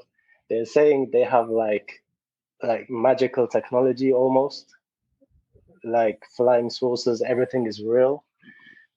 And they're bringing it out slowly. And I was just thinking about it, and I was like, it's kind of like what it says in the hadith about the Dajjal and the jinns and everybody working with Dajjal. And what do you guys think about this? Maybe we should start talking about it. I would say, Brother Sam, stay away from things that are highly speculative at best, and stick with the things that we are sure, and with the foundations of our religion and the firmness of our religion comes from our compulsory acts of worship. And those are more important for us to perhaps spend time with and learn and immerse ourselves in with.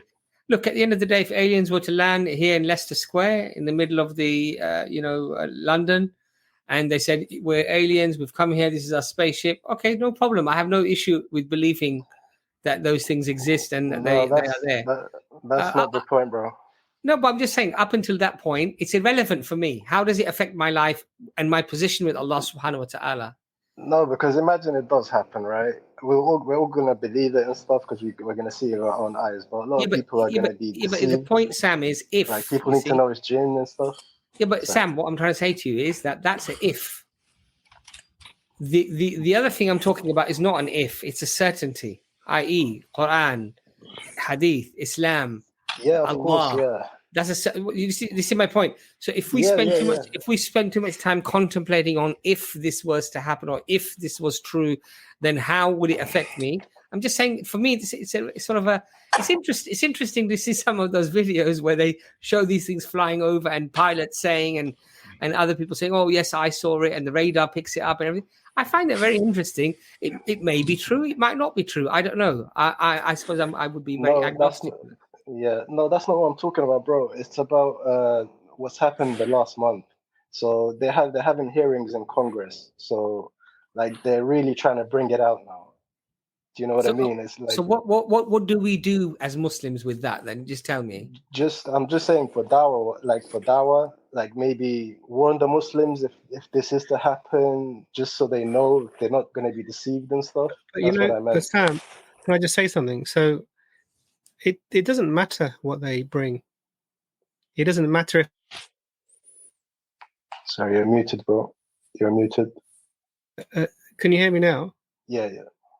Yeah, so it doesn't matter what they bring. It doesn't matter if there are aliens or if they're not aliens, or because it wouldn't affect the dawah in any way. Because even the alien needs to be explained because it's part of the universe, and it wouldn't affect our. So if these guys are if they're who things that show magical abilities or whatever that we are not able to explain, then it's and we believe it's to be something. This is an un-Islamic thing. So this is something like a jinn doing something, as opposed to a technology that we're not aware of how it works. Then this is something for the scholars to decide and say, actually, this you can't partake in this thing. Talking about something that's speculative in America that's happened over the last month that I'm not aware about. I don't see the point of that at the moment. Maybe that will change. I don't know. Maybe we'll see what these things show. But let the aliens come and we can give them dawah as well, inshallah. Yeah. Sam, nice speaking to you, inshallah, brother. Okay, thank you. Nice speaking to you. Assalamu alaikum. We've got 4 people in the backstage, but you need to have your cameras on, guys. Otherwise, we won't be able to get you on. So if your cameras are on, we identify you, interact with you, then it may be possible, inshallah, to get you on. Brother Zax, if you can just give me a quick wave. Lovely. You're on next. If you want to turn your camera off, you can do so, or you can leave it on if you prefer to leave it on. Zax, welcome to the stream. Assalamu alaikum. Wa alaikum salam, brother. So I want to ask, are you guys married? Married. I'm married. Dr. Imran is married as well. I'm not taking proposals, particularly from after last conversation. No. I have a question. So nowadays, as in the West, we're living in the West, and girls grow up learning the culture of the West. So, is it how would we manage, considering that more our Islamic rights will not be respected? It will end up in a divorce if we ask our wife for our Islamic rights. For example, we don't want her to talk to somebody that I might think is destructive for the marriage, but she might consider that as an oppression or assault on her integrity or something. So should we just allow it to happen while trying our best, or should we engage in it despite knowing that it might end bad for the marriage? This is brother. This is like a dawah clinic. And you're talking about giving dawah to your wife, or is there a? I mean, it's like, how can you give dawah to somebody who's already a Muslim and knows everything? So there's a problem, because what I'm pointing out is that this is maybe not the stream for you, because we're talking about dawah and you're asking about family. But let me just help a little bit. Where were you with these questions when you were proposing? It was an arranged marriage, and I didn't think much of it. You didn't think much of it at that time? Yeah, at that time, I thought it was gonna be all flowers and whatever, Okay, so and then where are you now on your journey from that time where you weren't on it, not sort of doing maybe everything that you should have done, and not thinking it's all going to be flowers? What's your journey been like for you? Where have you got to as the person, the husband in this marriage? And Are you we learning both love together? each Are other. you We moving both love forward? each other, but she has some friends. No, I'm not talking about love, brother. I'm not talking about love. Mm. Are you moving forward in your learning about the religion together? Are you actively taking part in some sort of tarbiyah for yourselves so that you are learning and moving forward? Or are you still trying to give each other flowers and chocolates? Where is it?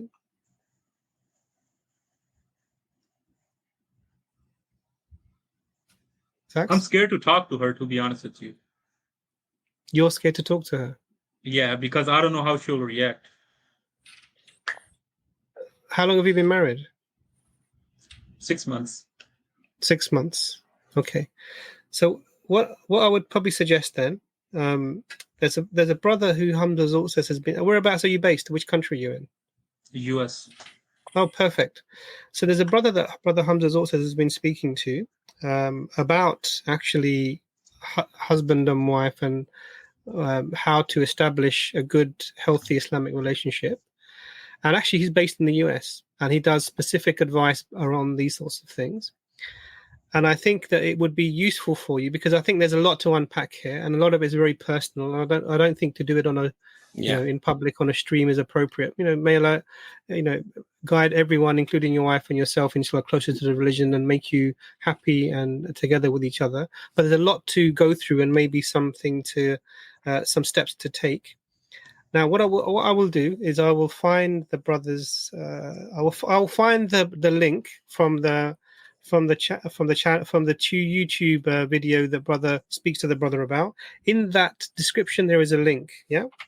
And you can contact the brother, and he's based in America, and he will specifically help you to, inshallah, deal with the things that you're going through, and for both of you, so that you end up in a better position.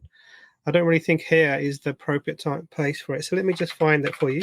Don't go anywhere because I'm just checking it now, and I'm going to put the link up for you. It's called so I'm going to put the link here. And in the description for this particular video, you'll find the link for the brother. Brother Fahim Farouk. Mashallah, he's studied Islam from a traditional sense, as well as I think he has a psychology background, as well as a nutrition and physical training background. I think he teaches MMA, and he provides advice for these specific types of things, inshallah.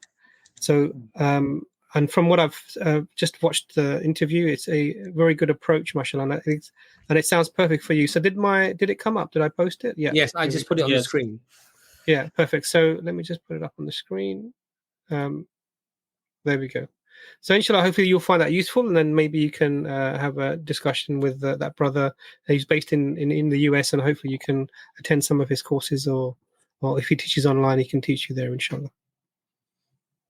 But the brother's gone. Okay, alhamdulillah. May Allah make it easy, inshallah. Allah make it easy for him. I think, unfortunately, and this applies to both men and to women, that, marriages, relationships, and the success of those is very much down to whether we stick closely to the teachings, the best teachings that we have, which are from Allah subhanahu wa ta'ala. And whenever we swerve or steer away from those, and other influences start to influence our behavior, our relationship, then there are always going to be, unfortunately, problems. Because the best advice and the best counseling and the best processes and procedures for having a good, happy, content life is following the Quran and following the Hadith. And may Allah guide us all, inshallah, inspire us all to do that, so that we can all be successful in our relationships and our lives. Dr. Imran, any last words before we go? Because alhamdulillah, we've gone over 3 hours. I did promise that we'll try to keep it to 3 hours. Any last words before we go? And Nazim, of course, yourself as well.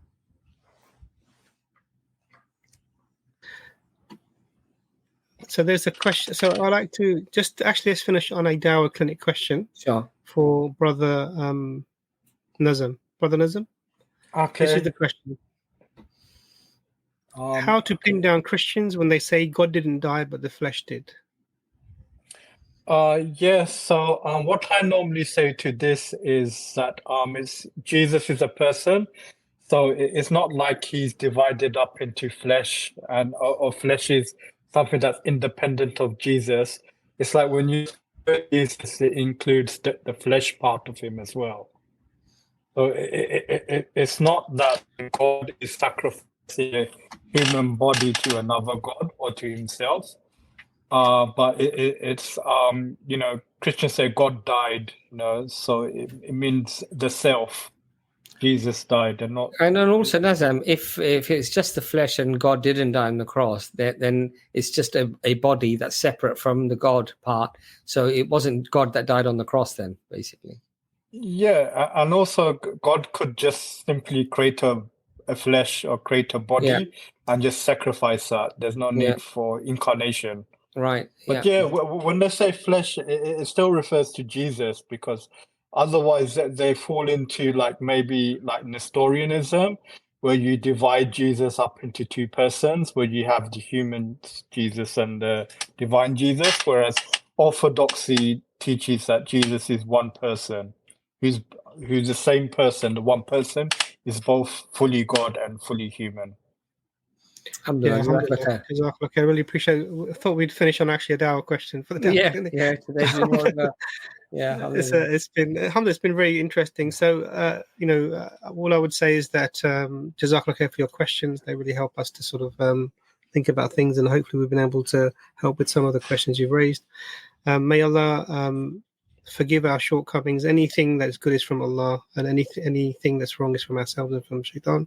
We'll forgive our shortcomings, and bless everyone who's involved, whether you're commenting, whether you're sharing, whether you're liking, whether you're asking questions, especially the brothers in the background and the mods. We really, really appreciate all the effort that you put in. May Allah bless you all, inshallah. Assalamu alaikum. Assalamu Nazam. Assalam. Thank you. Alhamdulillah. Brothers and sisters, inshallah, keep us in your du'as, and pray to Allah that we stay sincere, and whatever difficulties and problems, health-wise, physical, mental, spiritual problems you might have, life is a journey. You're going to have those ups, you're going to have those downs. Turn to Allah. Allah hears everybody. Allah responds to everybody. And even though you might not get things immediately, or problems might not seem like they're resolved immediately, know that Allah is there, inshallah. Turn, of course, I don't have to even say the word inshallah, but Allah is there, and plead to Allah, and Allah will, inshallah, Allah will improve your life and make things better for you, inshallah. Assalamu alaikum wa rahmatullahi wa barakatuh. Wa alaikum assalam wa rahmatullahi wa barakatuh.